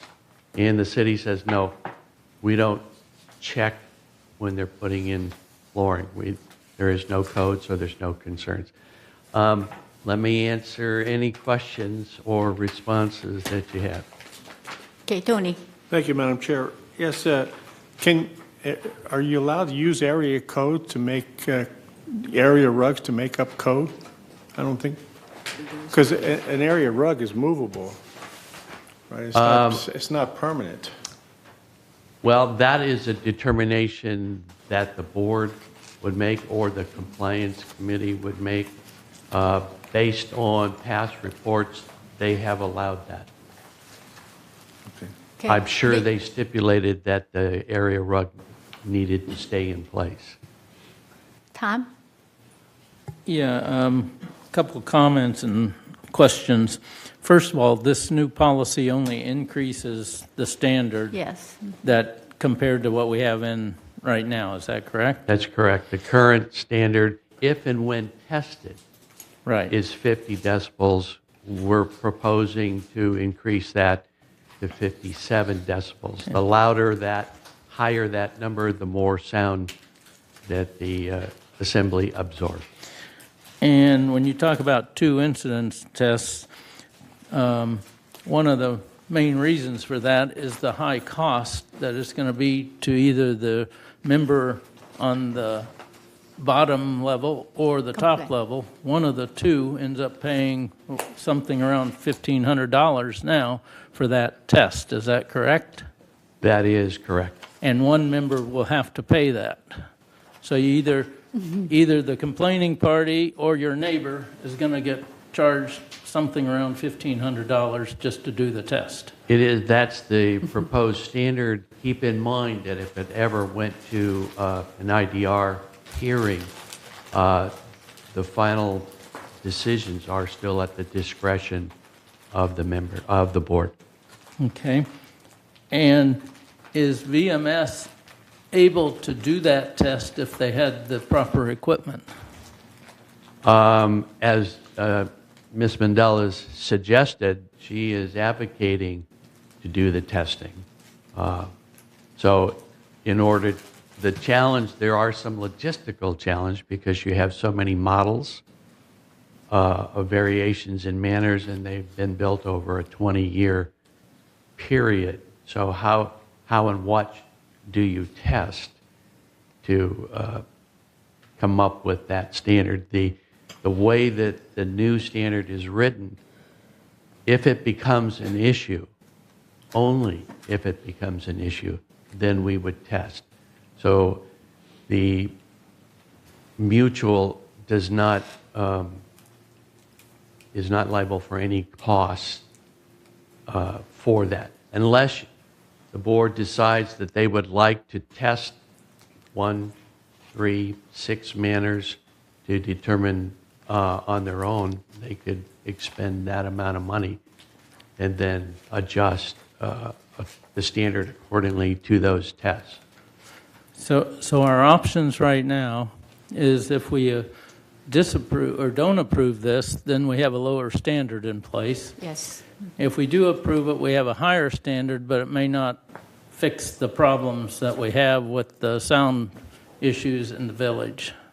Well, here's the other challenge with this, anything to do with sound. It is subjective. What is acceptable to one member may not be acceptable to another. While the CCNRs do state everyone has a right to a peaceful life, what is peaceful to some person may not be acceptable to another. So the standard is in place simply to give the board a means by, if there is a complaint, how do you establish a resolution? Right. That's all that stands. Thank you, Alan. Charlie. Yeah, no, Charlie was first and then Tony. Yeah. Real quick, because this is not an easy subject, obviously, because if you go out there and drive down the streets right now, you see a lot of upgrading going on. Okay, these upgrades especially do include mostly the laminate floors and et cetera, even on the top floors. I don't know how you're going to sit there and over an approval for an upgrade, for you to go out and check this when they're going to put this floor in to make sure it's going to be the right dB rating. Is there any way you're going to be able to do this? Because they move at lightning speed once they start. So there's basically 3 changes being proposed to the standard.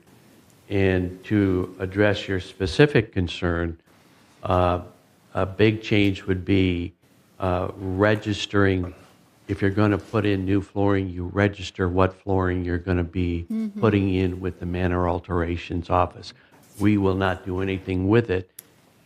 Only if it becomes an issue, then we would supply whatever that flooring product was registered to the compliance committee for review. So there's a registration now required that's currently not required. The second key element in this is that there are no underlayment requirements currently. There have been substantial increases in product of underlayments, and they will actually rate their underlayments for 20 decibels or higher, depending on your underlayment. So this revised standard would then require whatever you put on the finished floor, you're going to need to put in an subfloor or underlayment that meets 20 decibels. Okay, Tony. Thank you, Madam Chair. I'd like to bring attention to the fact that if people who live in Third have a deed of title. You live in United, you don't have a deed of title. You have a share of stock that permits you, and it says when we sign, allow you to live in a manor. So if upstairs and downstairs are getting in a feud, they could lead to a third-party lawsuit, and that's my concern. Thank you. Yes, because of that Tony's concern, I have forwarded some of the issues to our legal counsel. So he is going to review some of it, and maybe if we could have further question discussion, that legal issue could be discussed during the closed session today. All right. So now, are we going to? Motion is on the floor. Are we going to? May I add something? It would be very short. I think you switched to 3 minutes up when I was there. Okay. All right. Yeah. Just a minute. Our board member has a question, and I have one question. Sure. I'm trying hard to keep up here with everything. All right. Would the increased decibel level requirement of 57 be applicable going forward, and everybody else is grandfathered Yes. in? So if member hearings get a complaint, do you understand where I'm going here, right? Right. That the requirement when that flooring was laid was within code at the time. So we're only talking about, if we pass this, any floors that are installed that must meet that requirement going forward. Is that correct? That is correct. Okay. Let me clarify or add to that. This standard has passed already for Third Mutual. So they are now requiring a registration. They will now be responsible for looking at the standard and applying the standard from I believe it was April 15th that the Third Board passed this standard. But we are in a 90-day, what is the term I'm looking for? Flexibility policy. So while that new standard is in place going forward, we are not enforcing it for another 90 days because we're trying to educate the members primarily through the realtors, that there is a new policy in place. So we will not be totally enforcing that standard for another 90 days. But you will be enforcing it after that point. So, after that so point. if somebody comes in with a new flooring to the alterations department, you have the ability to reject the flooring that is substandard. Is that correct? Well, that's a good point. Let me clarify that. We're not approving or disapproving the flooring. We're simply asking whatever the member chooses to put in, we have a document of what they're putting in. The member is responsible for reviewing the standard and complying with the guidelines. So if there is some type of a grievance filed afterwards, we took notice of the flooring, but they are ultimately responsible for putting it in. And any responsible grievance for that comes through reading that. the standard, understanding it, and complying with it. Okay, thank you. Thank you. Yes, Maggie? What happens if the first person downstairs moves out? And they were perfectly satisfied with the floor that was installed upstairs. And maybe the second person was completely satisfied. And the third one just can't stand it. Then what happens? So if I can interpret the question, how are standards reviewed and enforced? And it would come down to what are the guidelines when that member on the second floor or third floor, what were the standards in effect at the time that they put their flooring in? If there was a dispute, then that dispute would be judged against whatever the standards were at that time. Right. Okay, Sue Ann Moret. Yes, Sue was first. I wondered about this. I know all we're trying to do is increase the sound Level. barrier, so that the people below aren't as impacted. But this appears to be voluntary. If they just register and there's their flooring that they chose, it may or may not meet it, and then it goes forward. Can we make it so that it is mandatory that any new floors going in must meet this 57%? And I'm sorry. No, that's the question. Why can't we mandate that it must meet the 57%? That's what the standard Yeah. establishes. Mm-hmm. It establishes if and when the flooring is tested, it must meet that 57 decibel threshold. This correctly, though, they're just registering it.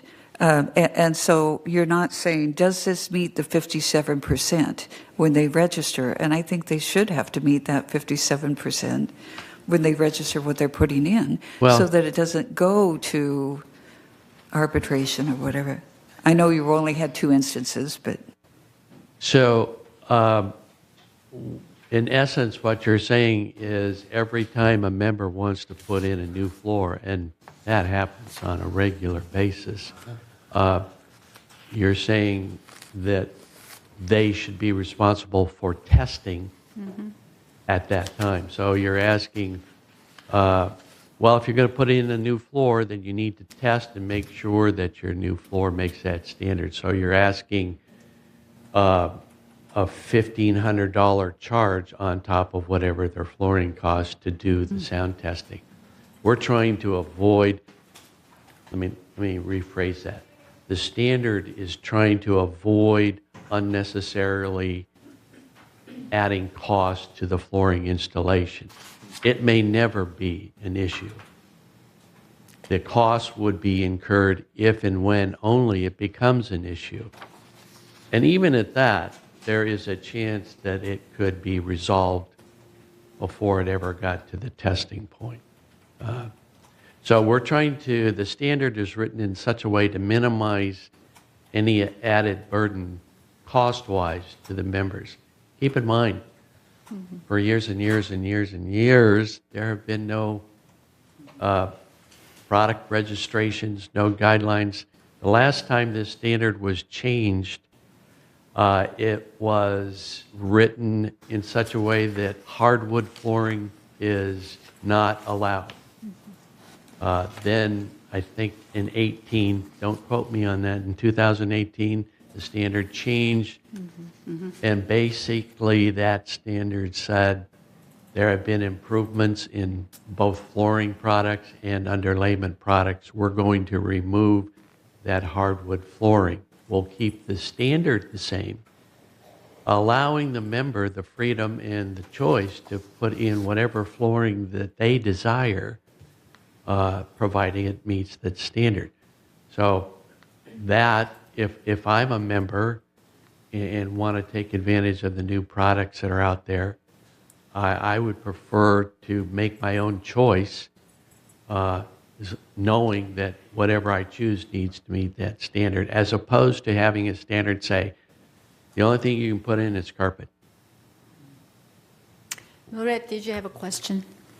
Comment? We discussed this last time at the last board meeting, and we had some kind of consensus that this registration was perfunctory. It didn't solve anything. To Sue's point, this, what she was trying to say, it's perfunctory. It's not proactive. It's relying on people complaining before anything gets done. And we thought last time it was not correct. That's what I recall. I don't know if you guys recall that as well. So we're back to the same point. Mm-hmm. The registration is perfunctory. We are relying on people's complaints. The floors do come with decibel specs. All we have to do is make sure that the flooring that is being registered does abide with required specs, which is 57. Mm-hmm. So why isn't that possible? Thank you. Well, part of that 57 reading has to include the floor-to-ceiling, existing floor-to-ceiling assembly. So we don't know what that floor-to-ceiling assembly rates at until it's tested.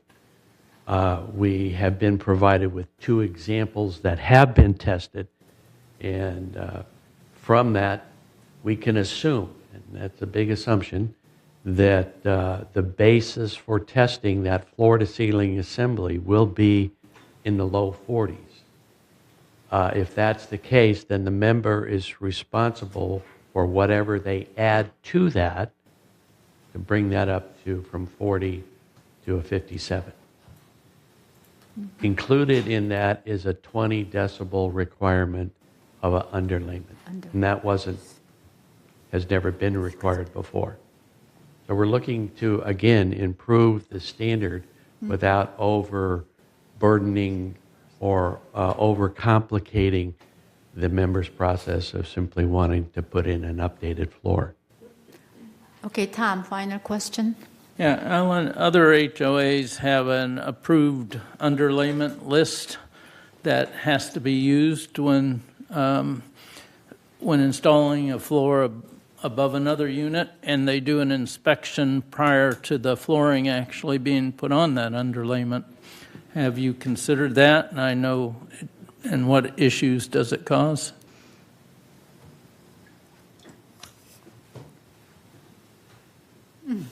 Well, there are perhaps no management teams or policies from homeowners or associations that are the same. They vary widely. If the way around that is to spend the money up front, if the mutual decides, let's test 10 homes in our community at $1,500 a piece, and then we'll look at the results of those testings and then readdress the standards at that time, that's a possibility. If the mutual doesn't want to spend that money, then the updated standard allows that testing,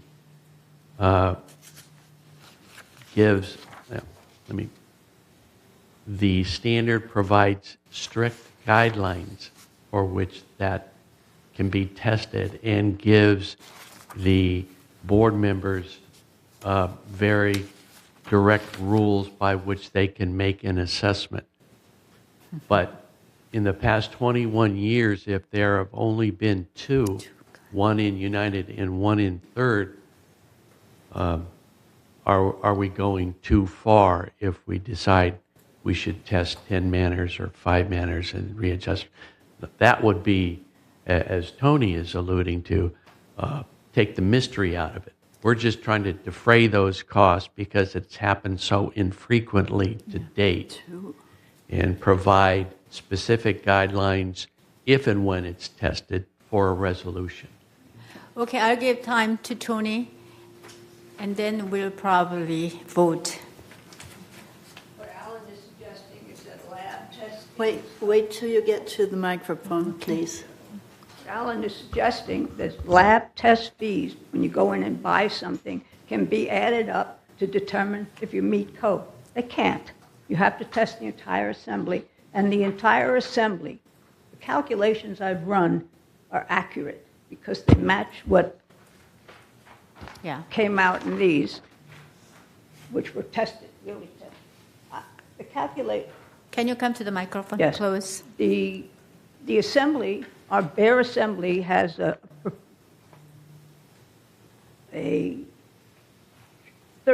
dB rating based on the numbers that were given to me by VMS for the floor ceiling assembly. So that's a proposed 30 dB.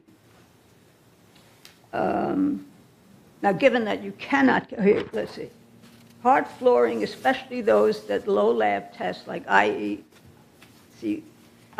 70 contribute little to impact sound isolation and even can reduce overall assembly.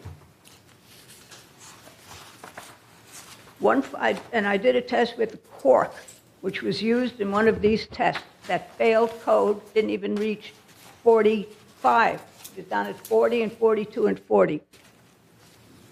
Coke, that has a higher impact selling rating. In other words, they've tested over a 6-inch concrete slab. Our concrete slab is 2 to 2.5 inches. That's why any underlay will fail. And and I'm going to give you copies of this. The outcome of the test with the numbers given to me of our hard floor ceiling assembly here with cork, which has a higher than 20 dB rating, it rates around 23 dB, outcomes will significantly below current code required for multifamily levels. The conclusion, with the decibel assembly, lightweight concrete, plywood insulation, drywall, plaster ceiling, and the addition of hard surface flooring with 1/4 inch cork underlay, and the probable IEC will be in the 35 to 40 range of the assembly. That assembly fails code. 57, none of the tests will ever reach 57 with whatever underlay they're using. The conclusion is achieving IIC 50 that would be required, more substantial acoustic upgrading, thicker underlay, floating floors, and a ceiling modification. Okay. You're pulling in the downstairs unit. You're making an alteration up here that's affecting 2 units. Okay, thank you. Yes, Do you want to do another member comment, or do you want to vote right now? we have member comment? We have one on Zoom. Juanita? Okay, just one Okay. more then. After that, we're going to vote.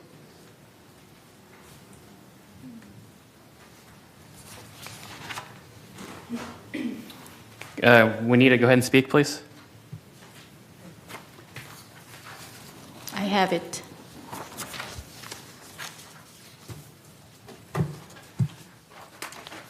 Thank you. Hello?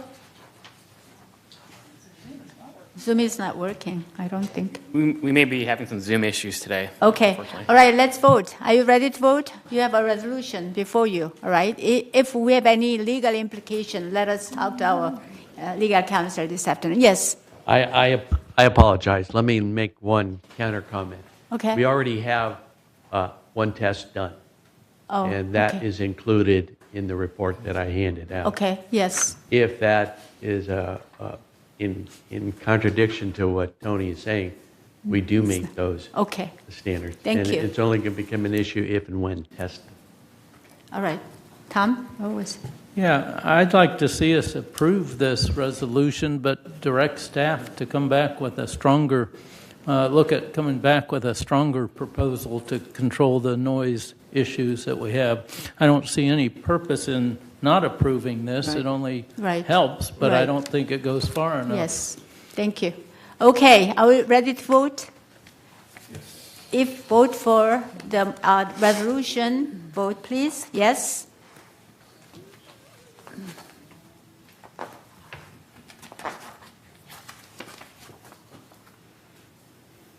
Hold on. Okay. The lady on Georgiana. Who is it? We're good now. Okay, 9-1, resolution passes. Thank you very much. Thank you, Tony, and thank you. Let's move on to next item, D, entertain a motion to approve the rescission of interior flooring policy. D. All right. Resolution, can you please read? Thank you. Resolution 0125XX, rescind interior flooring policy.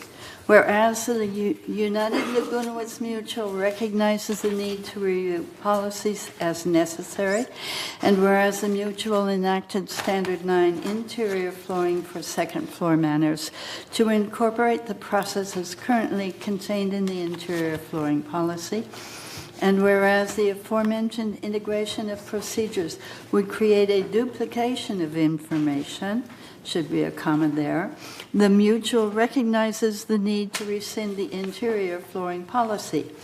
Now therefore be it resolved, June 10th, 2025, the Board of Directors of this corporation hereby rescinds the interior flooring policy as attached to the official meeting minutes, and resolve further that Resolution 01-18-115, adopted November 13, 2018, is hereby canceled, and resolved further that the officers and agents of this corporation are hereby authorized on behalf of the corporation to carry out this resolution.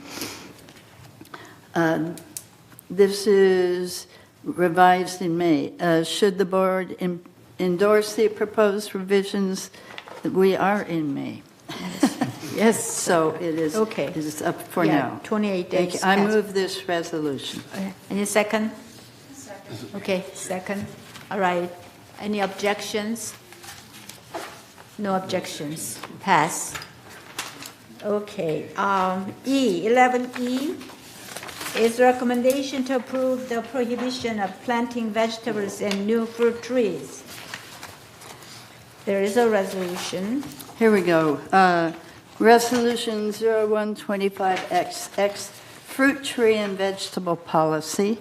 Whereas fruit trees in the common area were planted by or at the request of members as part of the discontinued Yellow Stake program, and whereas fruit trees are not maintained or trimmed by the Mutual and are the sole responsibility of the member to maintain and must be tagged by the member or his or her successor, whereas the maintenance of fruit trees can be passed on to new members with the purchase of the resident, whereas fruit trees and vegetable gardens are a known attractant and food source for wildlife and rodents, and unmaintained fruit trees exacerbate the problem, and whereas 2 garden centers have been provided by the Golden Rain Foundation for the purpose of providing a place for residents to grow fruit, vegetables, or food crops. Whereas there has been a significant increase in rodent activity since state-mandated restrictions on rodenticides were put into effect, now therefore be it resolved on May 13, 2025, that the Board of Directors of this corporation introduces the revised fruit tree and vegetables policy, which prohibits the planting of any fruit trees, vegetables, or other food crops in common area, and requires members to tag and maintain existing fruit trees, vegetables, or other food crops in common area and in exclusive use common areas. Resolve further the planting of vegetables and new fruit trees in common area is prohibited. Resolve further existing fruit trees and vegetables in common area and exclusive use are to be tagged and maintained by the responsible member. And resolve further during the resale process, the responsibility to maintain existing fruit trees and vegetables in common area may be accepted by the new member. If the new member declines to accept the responsibility to maintain the fruit trees or vegetables, they will be removed at no cost to the responsible member. And resolve further to maintain health and safety of residents. Fruit trees and vegetables found to be unmaintained as determined by staff at sole discretion, will be removed after notice if the identity of the responsible member is known by the mutual at no cost to the responsible member, and resolve further fruit and vegetable maintenance shall be defined in the attached fruit tree and vegetable maintenance policy, and resolve further resolution 084-129 and resolution U84-130, effective August 28, 1984, are hereby superseded in their entirety and no longer in effect, and resolve further that the officers and agents of this corporation are hereby authorized on behalf of the corporation to carry out this resolution. The 28 notification date has been satisfied. I move this resolution. Is there any second? Second. Okay, do we have to vote? Yes? I have a question. Yes. Who would be enforcing this? Because as I understand it, the rodent population has been going up. Landscape enforces it. Sure, yes, sure. Okay, Kurt, can you come up and help us out? Good morning. I think Good it's morning. still morning. Yes. Yes, landscape would be enforcing this. Right. Okay. Landscape. So Thank you. Landscape. Okay, so how many trees have been removed? So, in other words, every property that might be sold where there might be a fruit tree or something, is that being dealt with in some way? Yes, more often than not, the new residents accept the responsibility for the trees. But for instance, when Third banned what did removing resale trees at resale, we removed 250 trees in 2 years. So there's a lot of. United has well over 700 fruit trees. Mm-hmm. Right. Thank you. Any more questions? Yes, Tom. Yeah, so a fruit tree that's out there and you don't know where it was, who planted it, who would take care of it, you're basically going to have to assign ownership of that fruit tree to somebody. And somehow it's got to be determined who gets that responsibility. And what is the process for that? So when we come across a situation where there's a fruit tree that's completely unmaintained, we generally knock on doors of the residents around there, and we generally come up with a consensus of who it belongs to and then talk to that person. If no one takes responsibility for it, then we remove it. Thank you. Any other question?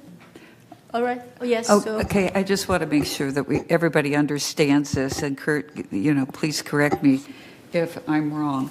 But all this policy is trying to do is to keep the fruit trees well maintained that currently exist. They just can't be left out there forever and not maintained. So we're trying to say, if you own it, you maintain it, you take care of it. There will be no new fruit tree plantings in the future. But if you have a tree now, it is your tree. Nothing's going to happen to that tree as long as you maintain it. And the reasoning behind all this was that if you look on our page, let's see, what was that? 15 or 24. This isn't an exciting topic, but it's very real to the people who have them. In 2024, the rodent tickets went to 882 tickets. That's a lot of people complaining about rodents, and they are fed by the produce. So we're trying to reduce that number, and we've had so many complaints about coyotes, and while this does not directly impact them, if you reduce food sources that are there, they may decide to go someplace where there are better food sources. We don't know that. I've not communed with the coyotes, but it makes sense that if there's less food for them, perhaps they will do something else. We want to maintain these trees so that their fruit isn't lying all over the ground, and then all these rodents come for that fruit. Thank you. Is that All correct? right. Yeah, we already discussed last time. We already passed it. So 28 notice. So we're supposed to have that information, right? Okay. We do have one member comment when you're ready. Okay. Okay. Georgiana. Yeah, I was just wondering, hasn't some kind of poison been put out somewhere for rodents or something, or the traps? Because I had heard, so I'm not a witness to this, that the rodents are getting the poison, they're dying, and then birds are eating the rodents or something, and then they're dying. That's what's exasperating your problem is the state passed laws restricting the use of rodenticides. So the ones we use now are much weaker, so that when the rats have the poison in them, there's not enough poison to kill a bird that goes, an owl or say a raptor, that goes after it. So it takes a lot more of the poison to kill the rats, so they have to visit the bait boxes more often. And with fruit on trees, the fruit tastes better than the poison, so they tend to go to the trees first and the poison second. So. Okay. Thank you. Thank you. All right. More question? No. Okay. Let us vote then. Member comment. comments. Yes. Are we connected now or not? Okay. It's via email, so I'll All right. read it. It's from member Jay Lessie. They said, Dear United Board, I am in favor of the proposed rule to prohibit the future planting of fruit trees and vegetables in common area. Ideally, existing fruit trees and vegetables should also be removed, but if you can at least prevent future plantings, that will be an improvement. Okay. Common area should only be designed, planted, and maintained by the HOA and to the HOA's professional standards. Common area is not for residents to interfere with. The more residents are allowed to tinker with common area landscape, the worse our property looks. The worse our property looks, the more it hurts our property values. There's also certain hazards as our professional HOA gardeners try to work around the landscape to maintain HOA property, especially when residents put hard items such as garden gnomes and other doodads out and among the plants. These are trip hazards, interfere with weed whackers, etc. It also slows up the pace of the gardener's work and increases labor costs. There are exclusive use common area planters and an entire garden center to satisfy people's gardening urges. Allowing residents to plant in common area messes up the legal distinction between what is common area and what is exclusive use common area and what is a unit. 3 distinct legal definitions in Davis Sterling. Reducing fruit trees and vegetables will indeed reduce rats, and it will also reduce coyotes. Our cat was killed by a coyote, and we live in hypervigilance that our small dog, too, could be killed. And that's all from the member. Thank you. All right. Ready to vote, right? Okay. Let us vote for yes, against no.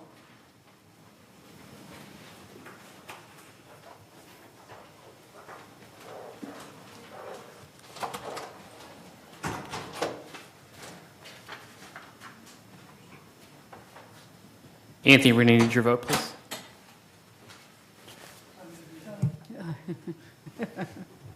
All right. Motion passes. Thank you very much. All right. Let's move on to new business. Item number 12, Town Hall oral discussion by Director Costello, please. Mickey? Yes. I think you have 11F there. Yeah. Oh, 11F. Oh, I'm sorry. Oh, the important one. I'm sorry, I don't know why. Okay, let's move back to 11F. Presentation of building elevation color renderings. Mr. Manuel Gomez. Oh, yes. How can we miss that? Sorry. Oh.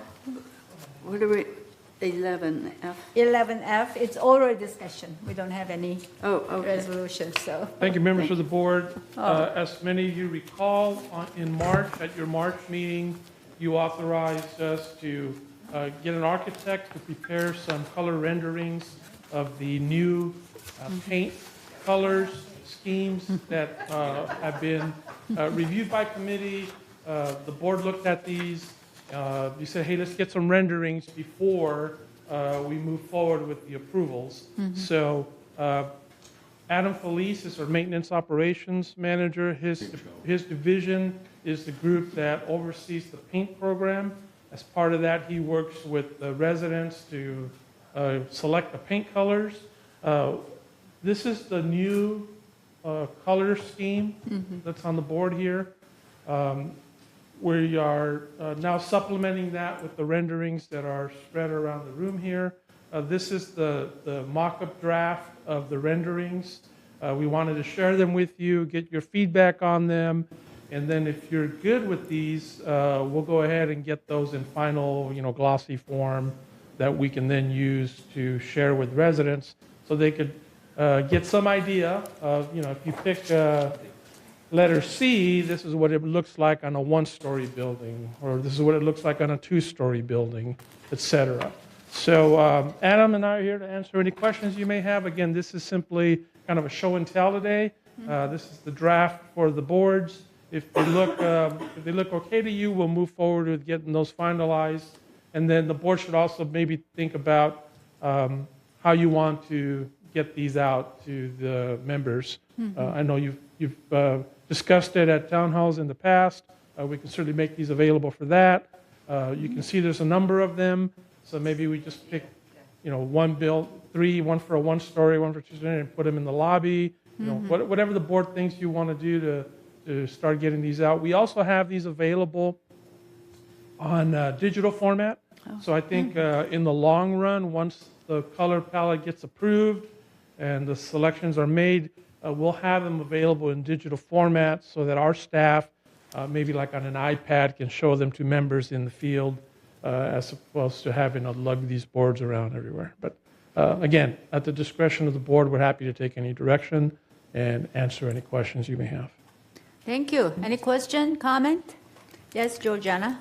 Yes. What are the colors that are being considered for the two-story buildings? I've been asking this for months. You have it? I don't have it. Let me see if Adam has it. I didn't bring it in my copy. Good morning. I think it's still morning.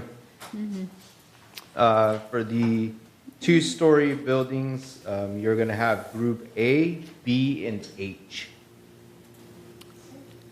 Okay. And this report has been at the previous committee meetings and the board meetings as well, this document that exists for that. Okay. Any other question, comment?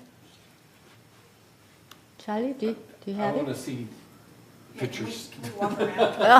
And the pictures. Each board's double-sided, so there are other renderings on the other side. It'll be just a different color if you'd like to see it. Okay. Sure. You want to go around and then 60 seconds. 60 seconds. All right. Yeah. Why don't we have 2 minutes? 2 minutes. While the board takes the time to look at some of these, I also want to point out. Okay. Let's have a 10-minute break. And continue on the committee meeting. Yes. So why don't we have a 10 minutes break? So we're going to recess until 5 to 12 noon. Mickey. Mickey. I believe Georgia Gomez had one. Oh, you're Oh. good? Okay, he's good. He has to go? We'll do it afterwards. Okay.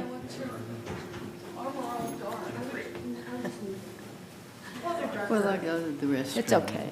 Yeah, I'm going to go. Yeah, we'll be back. You have to go?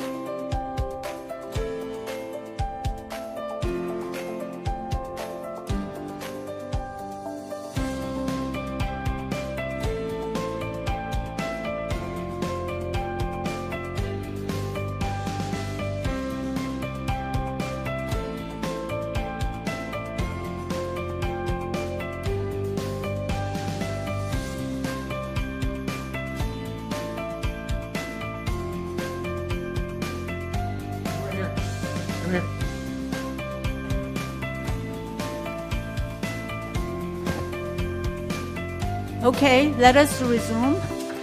Do we have any more question to Mr. Manuel? I do, just Yes, a please. clarification. Clarification, comment? Assuming that these are approved, when is the earliest we would start to see these colorations being put out into the community? How far out would the painting process? We would propose, well, let me back up. Oh. We could do it with the next cul-de-sac that's scheduled for painting. Oh. So the next steps here are going to be, unless we hear any changes that you want made to these will get finalized. And then we still have to come back to the board with the resolution approving the new colors, put that on 28-day review, come back the following month, get the final approval. Okay. That's assuming you don't want this to go back to committee. Mm-hmm. And then at that point, it would be ready to be implemented.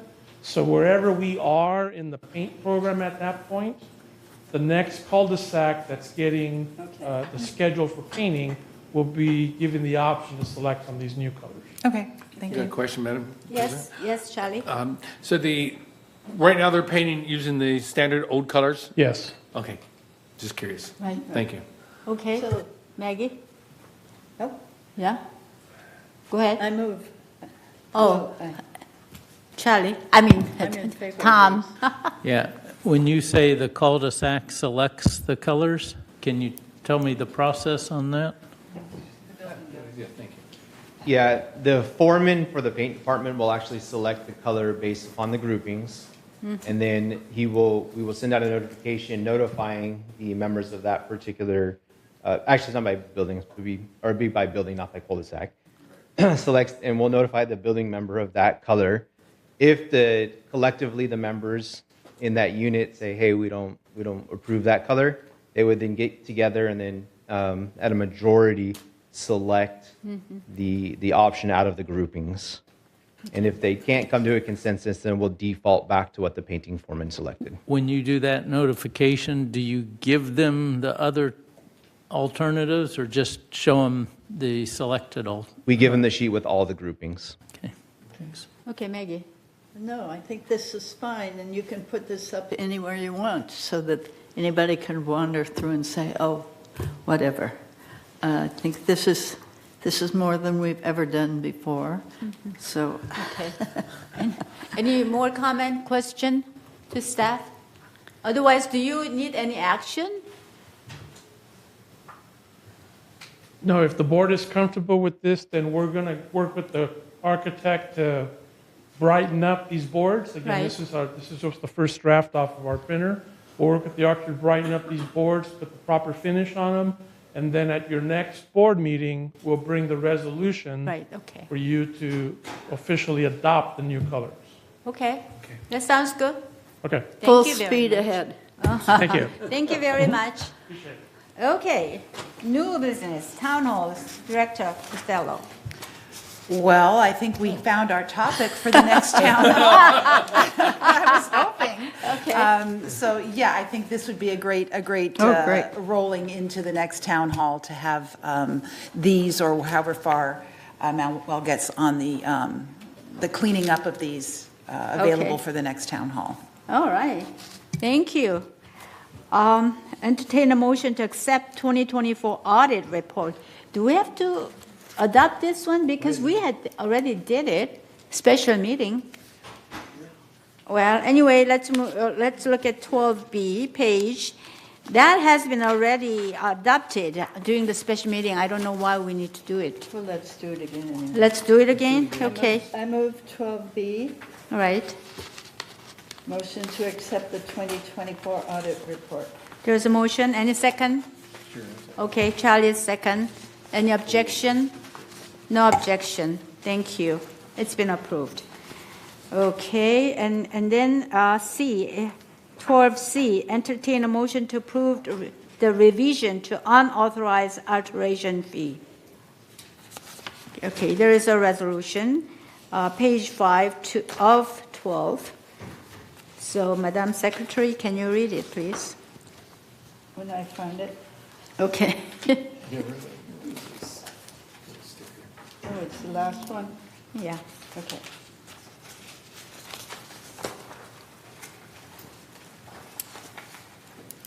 Resolution 0125XX, unauthorized alteration fee.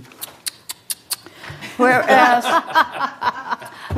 the mutual has seen an increase in unauthorized alterations, and whereas significant administrative staff time is necessary to investigate, document, and process unauthorized alteration incidents, and whereas in order to offset a portion of the administrative costs associated with the investigation, documentation, and processing of unauthorized alteration incidents, the board adopted an unauthorized alteration fee. And whereas operational costs have increased since the time of that inception, now therefore it be resolved June 10th, 2025, that the Board of Directors hereby increase the unauthorized alteration fee for processing mutual consents after the fact to $400, effective June 10th, 2025, and resolved further, when it has been determined that a member has started or completed alterations without proper mutual consent and city permit, a stop work notice will be issued, and the member will be scheduled for a disciplinary hearing before the board. And resolved further, the member will be directed to apply for mutual consent and shall pay the unauthorized alteration fee, which shall be in addition to the board-approved mutual consent processing fees. And resolve further, payment of the unauthorized alteration fee does not preclude the member from disciplinary action by the board. Resolve further that Resolution 01-1887, adopted September 1st, 2018, is hereby superseded and canceled. And resolve further that the officers and agents of this corporation are hereby authorized on behalf of the corporation to carry out the purpose of this resolution. This is the May initial notification. Should the board endorse this provision, it comes back again next month, no less than 28 days, to comply with Civil Code 4360. I move this resolution. Any second? No second? Oh, okay. sorry. Sue is second. I'm just going. All right, let us vote. If you consent this motion, say yes. Otherwise, no.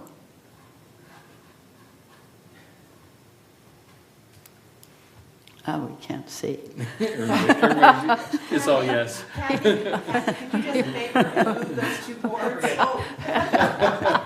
Okay, thank you. Thank you. Maureen. All right, motion passes. Thank you very Unanimous. much. Okay, unanimously passed. All right, so we don't like unauthorized alteration, right? Dang. Okay.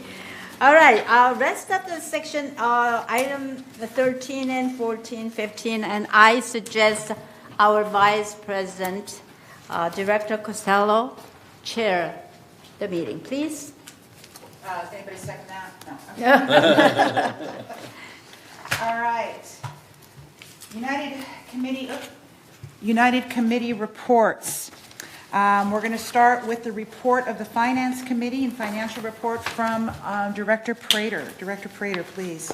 Good Afternoon. Good afternoon. We made the afternoon. All right. The financial report, this is as of March 31st, 2025. Slide number 1. Let's do the report. Okay, the total revenue for United was $15.4 million compared with the expenses of $13.1 million, resulting in a net revenue of $2.4 million. Okay. We always watch this one very carefully here. The opening fund without shows the surplus of $1.1 million through the reporting period. This table shows how much of the revenue went into operations, with $7.4 million coming in from assessments and $300 and $66,000 coming from the non-assessment revenue. This is compared to operating expenses of $6.6 million. This table takes in the full income statement and compares those results to the budget. We can see that United ended the prior better than budget by $2.1 million when combining all funds. Next. Good. The most significant variances from the budget were attributed to the following: outside services, $1.4 million favorable in the maintenance and constructions due to timing of programs such as roof replacements, damage restoration, waistline remediation, tree maintenance, among others. The budget was spread evenly over the year, but actuals will take place later this year. Employee compensation of $362,000. Favorable variance resulted primarily in the maintenance and construction due to opening positions. We do see this impact into the carpentry, plumbing, and paint. Recruitment is in progress. This is going to be an ongoing thing due to turnover, and it's just going to be this way throughout the year. I can see this. Materials and supplies, $268. Favorable variance be primary in the M&C due to timing of materials usage in programs throughout the community in areas such as indoor components, electrical, and appliance.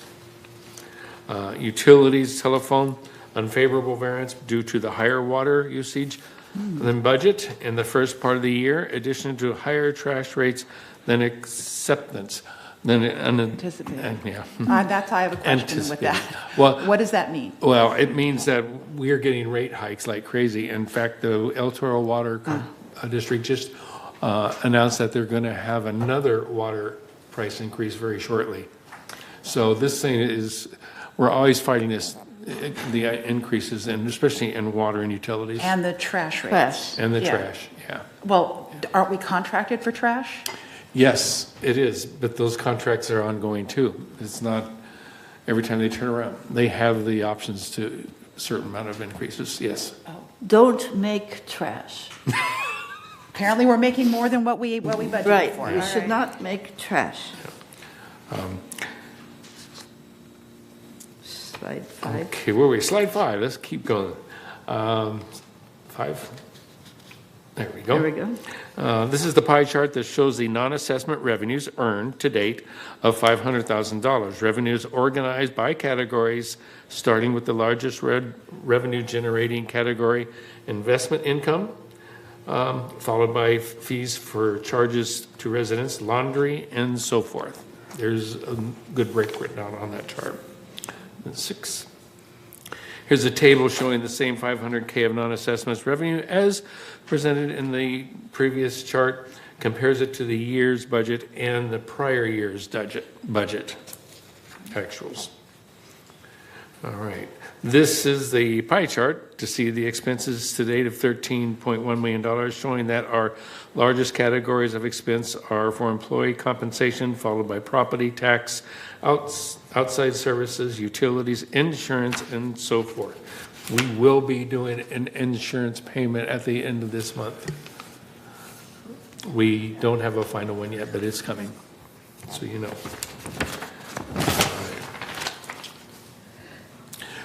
This table shows the same 13.1 million of the expenses as presented in the previous chart and compares it to the current year's budget and the prior year-to-date actuals.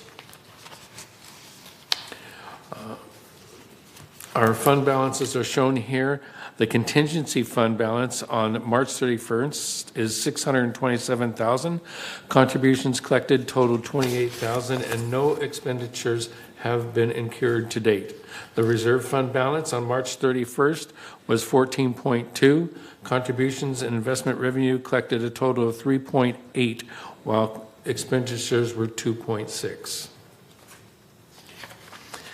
We compared these to the non-operating fund balances to historical fund balances for the last 5 years on this chart, which has an average of $18.1 million. This table illustrates the schedule of repayment of the temporary borrowing from the reserve fund. United has always kept a close eye on this, and the repayment of any borrowed funds monies from the reserve fund on November 12th of last year, 2024, the board approved temporary borrowing from the reserve fund of 3.2. The borrowed monies were paid back in full as of March 31st of this year. And finally, we have the table here that shows the resale history, for 2023 through 2025. Through March 31st, United's resales totaled 71, which is 15 less than the period last year for the same time period. The average year-to-date resale price for a United Mutual Manor was 406, which is 41,000 more than the prior year for the same period. Any questions for Director Any Prater? questions, Roman? No. I just want to emphasize on slide 2 that shows 1.1 million operating surplus. That surplus was primarily due to work that was budgeted in Q1, to be done in Q1, but was not done in Q1. Right. And then for some of the work done in Q1, invoices not received by vendors. And since VMS does not do a hard close every quarter, they were unable to account for such invoices because they were not received. So had they done that, a hard close, and had the budgeted work be done, we would have had a deficit. Thank you. Carlos, would you like to Carlos? respond to that? No, I mean, that's really in Steve's purview. I think he would be best to make sure it's accurate. I don't want to put anything out there that may not be accurate. Okay, fair enough. And we don't want to put Right. All right, All right. moving on. Thank Moving you, on. Director Prater. Moving on, to the report of the Architectural Control and Standards Committee by Director Blackwell. Let's see. Okay, we met on Thursday, April 18th. We talked about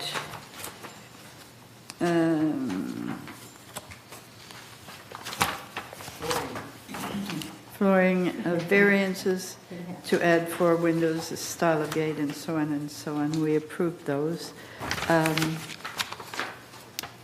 And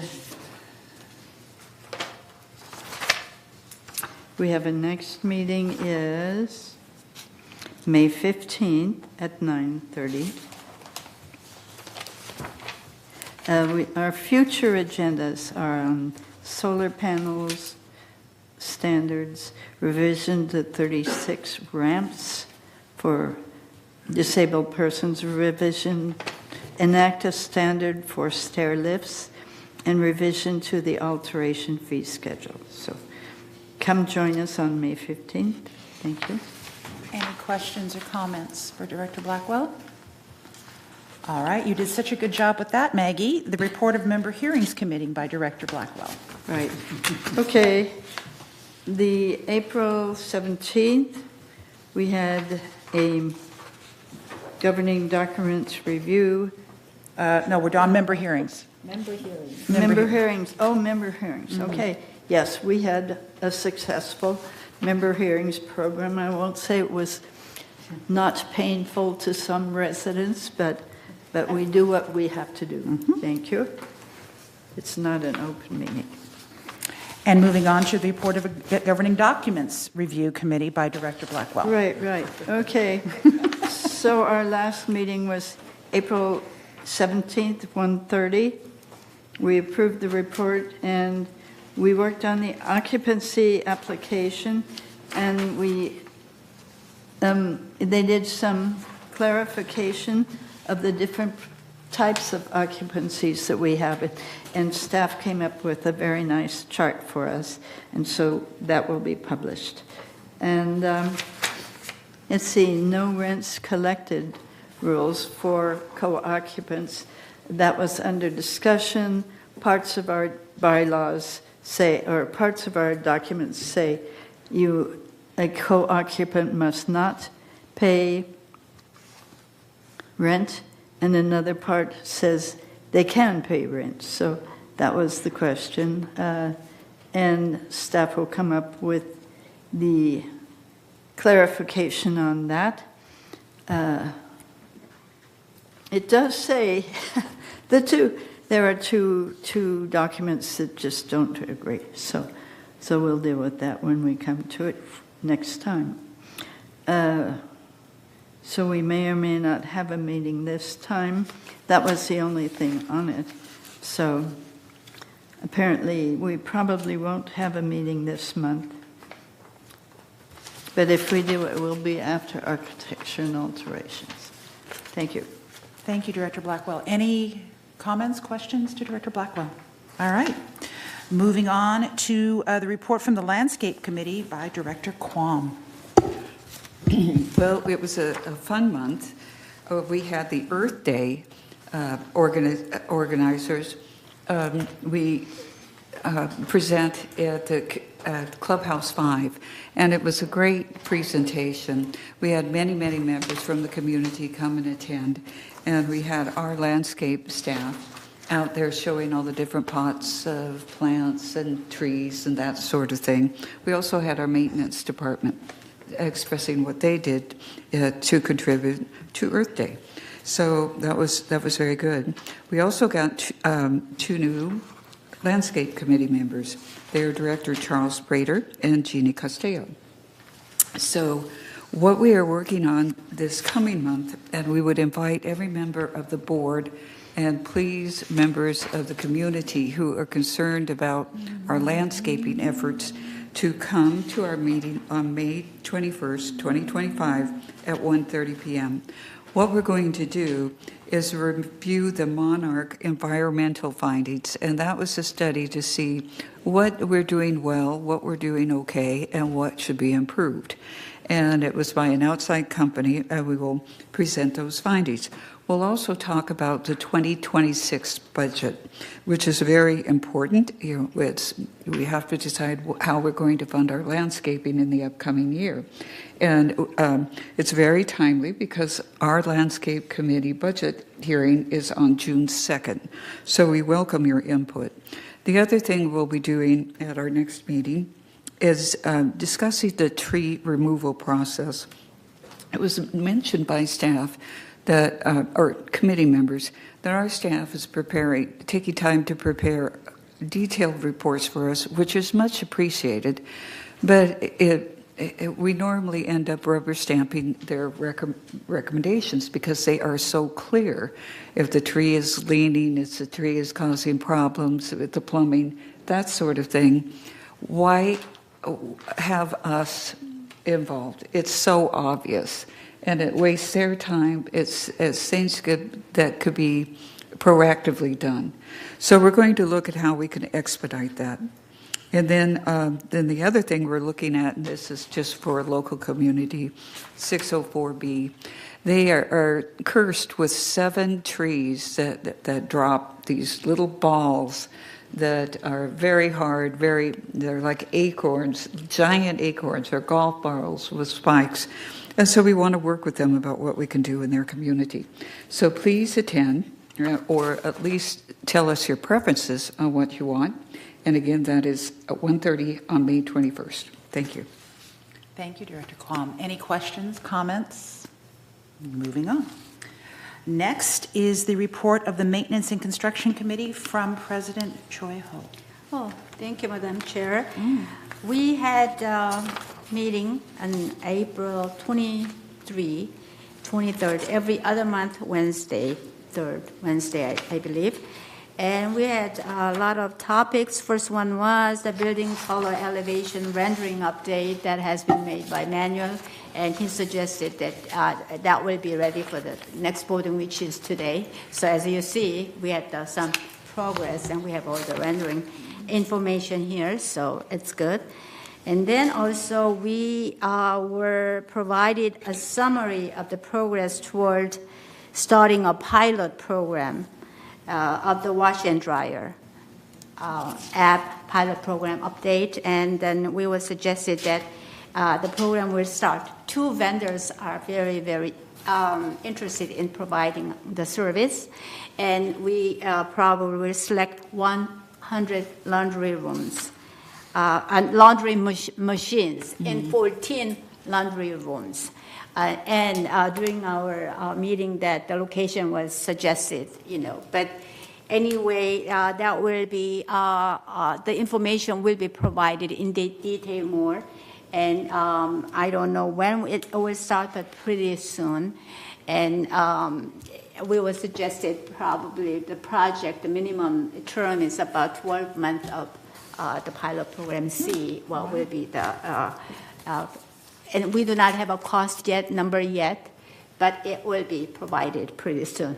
So, and what kind of options, application coin, non-coin, anything like that. So we will be presented more detailed information pretty soon, right? Okay, and also again, United Energy Subcommittee has been formed under the leadership of Tony, Director Tony, and as some of the members suggested, some solar panel program maybe next to the EV charge stuff. So we will consider many other options. What will be the best for us? I mean, 6 years infrastructure problem and everything. So we have a long way to go, but I hope the committee will bring a brilliant idea so that our residents will have more benefit and satisfaction, service, so on.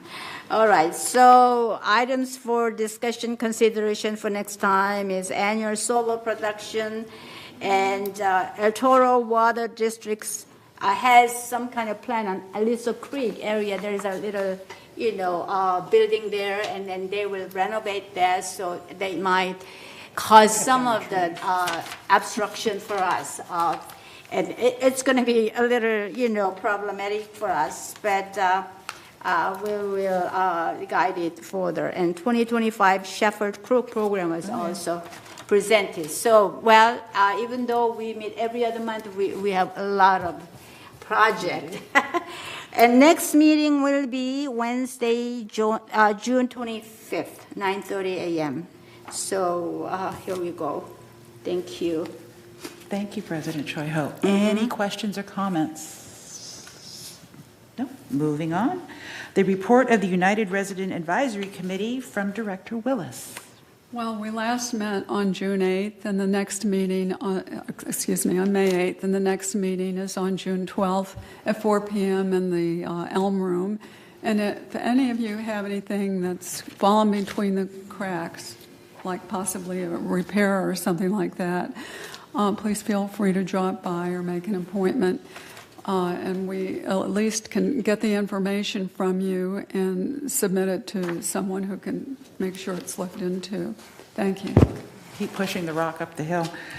Any questions for Director Willis? Any comments? All right. Moving on to the report of the United Revenue Committee by, again, President Choi Ho. Right. We have not met since last report because we wanted to have a legal counsel's input for the project that we are looking at. So we did not meet, and we are going to meet in May 20th. It's going to be a closed meeting because we are talking about legal implication. Okay. So thank you. All right. Any questions or comments? No? All right. Let's move on to our GRF committee highlights. First up is report of the GRF Finance Committee by Director Prater. Yes, this meeting was on April 16th, and the Finance Committee did actually a lot. They were busy. Steve Harmuth gave an upgrade on the audits. The financials have been accepted into the corporate records, and the special board meeting that was held in early April. The finalized financial statements are on track to be released towards the end of April, which has happened, along with the civil codes required. They did covered the preliminary financial statements dated the 31st. The final audit financial statements dated December 24th were covered.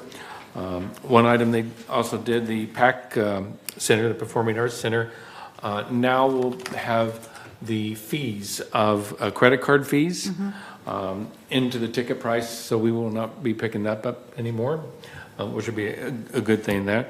Carter Phoenix and made a motion, that did pass. That's it. The next meeting will be Wednesday, June 18th. Wonderful. Any questions or comments? No? Moving on to the report of the Community Activities Committee by me. All right. So we met on May 8th, and we accepted a donation of the Light Volleyball Club sign for Clubhouse 1 Gymnasium. We accepted a donation of the misting system from the Lawn Bowling Club. And the 2026 capital plan proposals were passed unanimously. We are still reviewing the recreation policy. That has been under review for several months now. We're going line by line, page by page, line by line, reviewing the recreation policy. Yes, ma'am. That was completed last year, and we What took was? we took 3 years to do that. We redid the entire recreation book, and Yet- now they're doing And yet we're it doing again. it again. I think, believe me, I've been sitting through it. Yes, we are doing it again, line by line. I guess it's one way of making yourself feel important. I don't know. I don't feel important at all. It's like being on a sandy street. You just keep Keep kicking kicking up up. the sand, and you get nowhere. Well, Just kick up. I trust your opinion because I wasn't on the committee last year, so I don't know, but it was presented and we are reviewing. So hopefully coming to some resolution soon. All right. Our next meeting is June 12th, where I'm sure we will once again be reviewing the recreation policy. Moving on, report of the GRF Landscaping Committee from Director Qualm. We are having a landscape committee meeting soon, this week, Wednesday, and please attend. All right. That's it. All right. No point. Moving on, report of the GRF Maintenance and Construction Committee from President Choi Ho. Yes, we met April 9:30 a.m., and we had some of the issues with the Clubhouse One Sound Assessment Update was presented by the staff, and we discussed some of the problems, concerns around the Clubhouse. And then Clubhouse 2 pulled the pavers update.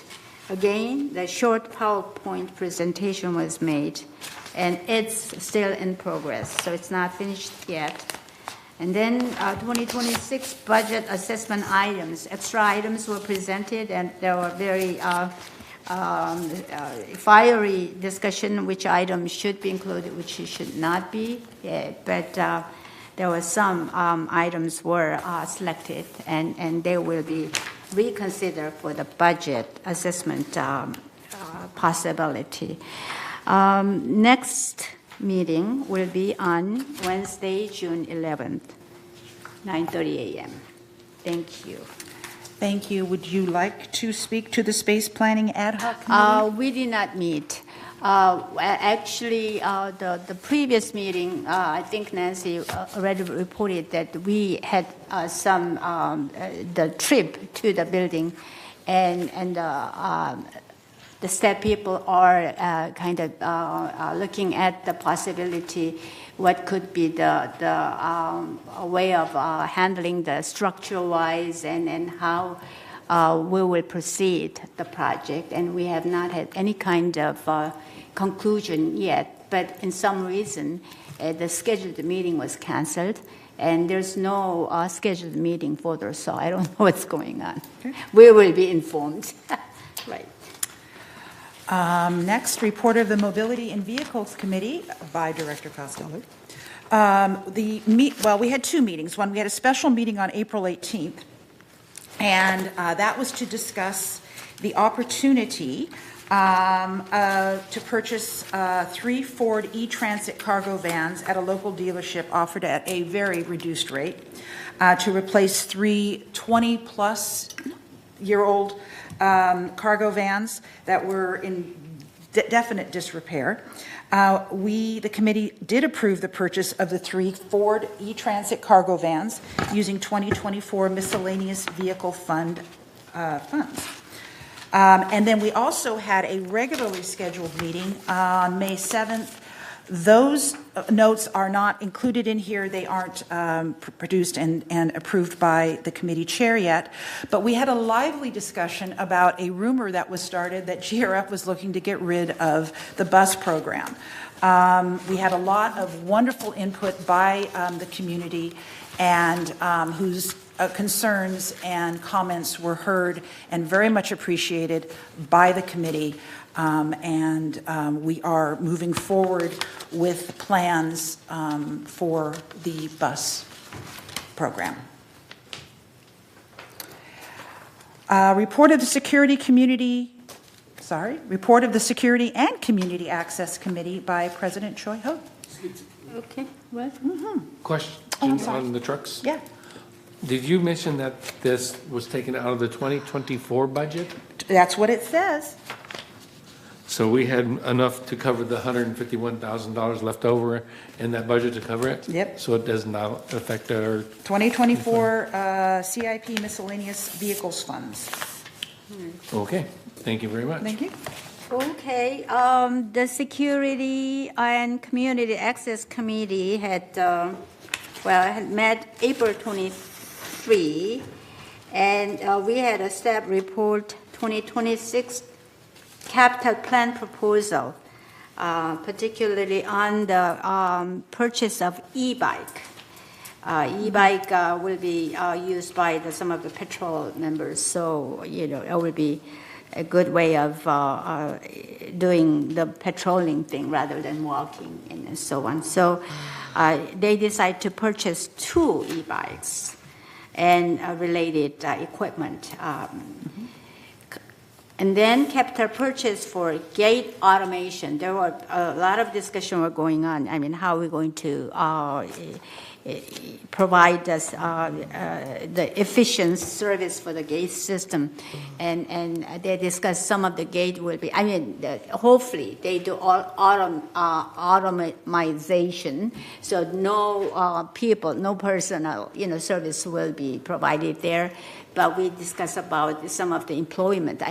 Part-time employees by the resident, they will lose such a job. But nothing has been finalized yet.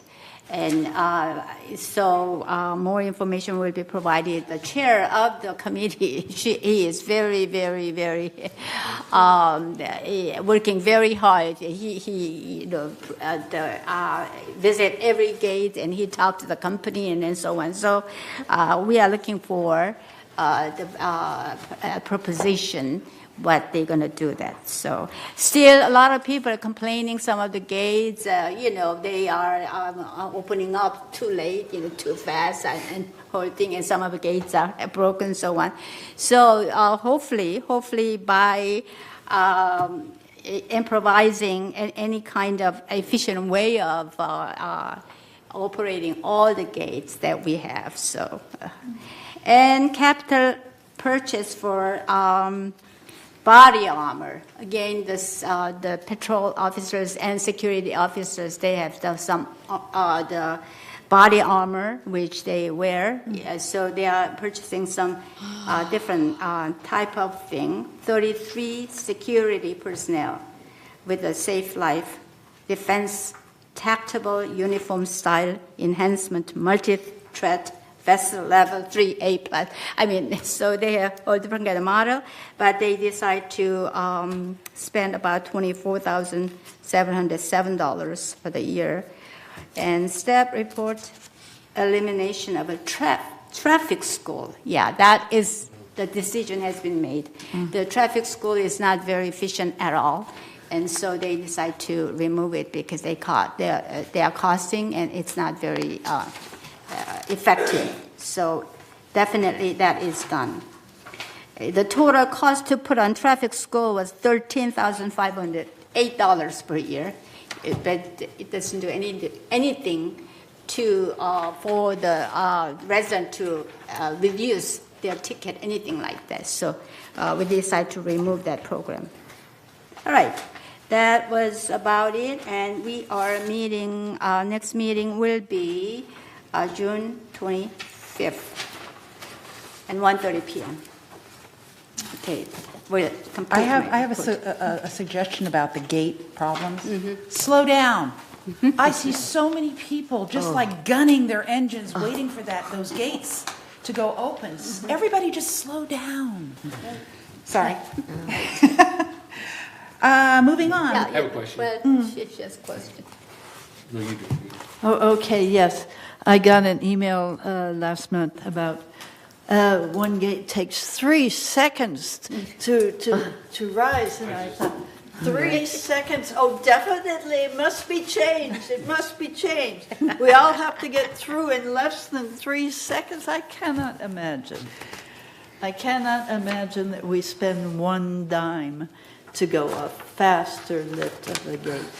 Thank you. I mean, and I don't know how they're going to manage to get the guest passes all checked and everything by something else, but God bless them if they We'll come figure up that one and out. see. Thank you. Okay. Let's see what they do. Right. All right. Moving to Laguna Woods Village traffic hearings, Director Kale. So we had a very, very long and contentious traffic hearing last month. And like you said, the 3 seconds or whatever, we had, I think, 5 people showing up saying, yeah, I didn't make a full stop after they were shown the video, and they, but it's unfair because it's whatever. Okay, so what's wrong about, I mean, what is it that you don't understand? It looks like at gate 14, you know, there's a little patch when they come out of the gate before they hit El Toro. And they have the cop standing there. So it's unfair because now it's out of Laguna Woods. They said, no, it's not. Until you hit El Toro, the thing it is, they were fighting about that. It was a very amusing meeting last time. Very, very amusing. I'll bring popcorn. Really. So anyway, we're meeting again, I think, on the 15th, if I'm not mistaken. No, 21st. May 21st. Yeah. Well, thank you. I can't wait to hear next month's Oh. update. Any questions for Director Kale? Report of the Disaster Preparedness Task Force. Back to Director Willis. Yeah, that last met on March 27th, and it meets this month on the 27th. Excuse me, last month was, or March was the 25th. So this month is the 27th, and it's at 9:30 in the morning in this boardroom. Perfect. Any questions, comments? No. And finally, last but not least, the report of the Information Technology Advisory Committee, ITAC. Director Tuning. Yeah, the ITAC committee switched to every other month, so we didn't meet in April.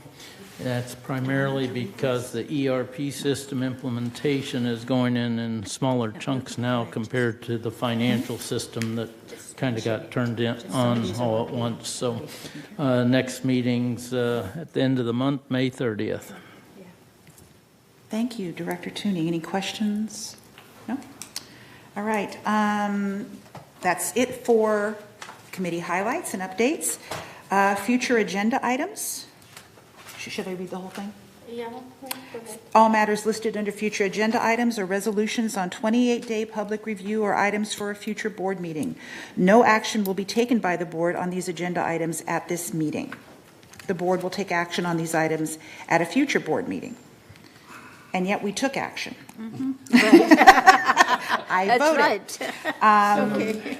So the only one that we didn't address is a governance report oral discussion by Director Blackwell. Okay. All right. Moving on, 2 minutes per director. Moving on to directors. Anthony. Tony. Thank you, Madam Vice Chair. I was moved by the mobility clinic, the GRF clinic, and I'm concerned because VMS proposed 6 options for us with this bus thing. And we went through it pretty quickly. And even though it's a GRF committee, I know the people in United are going to be really affected by these proposed cuts. So I don't know what we can do, maybe a town hall or something to go through it with them. They want to consolidate this, consolidate that. They also are talking about putting a route over to the Arbor, which is, so I think it might be something we could think about. Thank you. I think a town hall on that is absolutely in order, especially for our the people that use it within the community. And I actually would highly recommend that all of us get a bus buddy and go on the buses. I know I told my husband Jim we're gonna definitely take a field trip and go and use our transportation system. So it's important. Yes, ma'am. I don't think you can have a United bus meeting. Well, just it's town hall GRF. It's GRF's property. It's GRF's buses. It's GRF's responsibility. I do not see that United could possibly hold a United meeting. Could we invite somebody to present to us from staff? You could probably ask GRF if they would like to run a town hall with us on it. That would be possible, but it is totally under the GRF umbrella. There is no branch of it that is over for us. And I believe Tony has a comment. We're not talking about telling GRF what to do. What I'm talking about is an informational town hall. GRF can be there, but they don't have to be there. I think, though, for the people in United, they should know what's in the plan. Thank you. Thank you. Any other director's comments? Yeah, again, relating to that town hall, I've been always very picky about the United Mutual town hall meeting. We cannot speak about GRF issues, so on. It's a governance issue, and it's a constitutional, structure issue. So we need to be very careful about it. So when we are dealing with, our United Mutual resident will be affected a lot about. But again, as Ms. Maggie suggested, that we like to talk to GRF board and work together and have our concerns, our residents' interest to them, and how can we work corporately. Mm-hmm. I think we can possibly say to GRF, we would like an bus information meeting for our town hall, and have them do that. Perfect. Just back to Director Tuning's comment regarding the ERP. These continuous delays in the ERP system are quite concerning, because we were supposed to get efficiencies from that system, which we are not getting. The financial statements are not getting hard closes, apparently because of the delays in the ERP. So I'm not sure about what's going to happen in the next months and quarters with regard to the ERP, and whether we're going to get any benefit this year at all from that. Thanks. Director Tuning? According to the staff, the plan is to have everything implemented by the end of the year. I think that's their intention in that. I think we will, my personal belief, it'll be a cost overrun, even though they're within budget right now. And maybe the contingency money will be enough. The schedule, these kind of programs tend to be longer than anticipated because testing's quite extensive usually. So even though the plan is the end of the year and within budget, I would not be surprised if it goes longer and requires a little more money. But they're doing a good job, but implementation takes a lot of testing. Thank you. Any other directors' comments? Director Quam. Yes, I sorry to do this so late in the day. I know people are exhausted, and if anyone is still watching at home, this is important. There's big discussions about cutting Medicaid, and if that could impact our community, because we are a disadvantaged community, meaning that we have many low-income seniors. And Congressional District 40 key facts. Medi-Cal enrollees are about 157,000. 21% of those are residents. Medi-Cal hospital visits are about 142,000, which is 23% of all visits. It goes on and on. If you are concerned about this, and I think we should be contacting our congressional representatives, both the Senate and the House. Thank you. Thank you, Director Kwong, for the greater good. Any other before we recess? Nope. Then we are in recess, ladies and gentlemen. You want 1:10 lunch? 1:10 or 1:15, whatever is easy. Okay, we will be recessed until 1:10 Okay. for lunch. Thank you.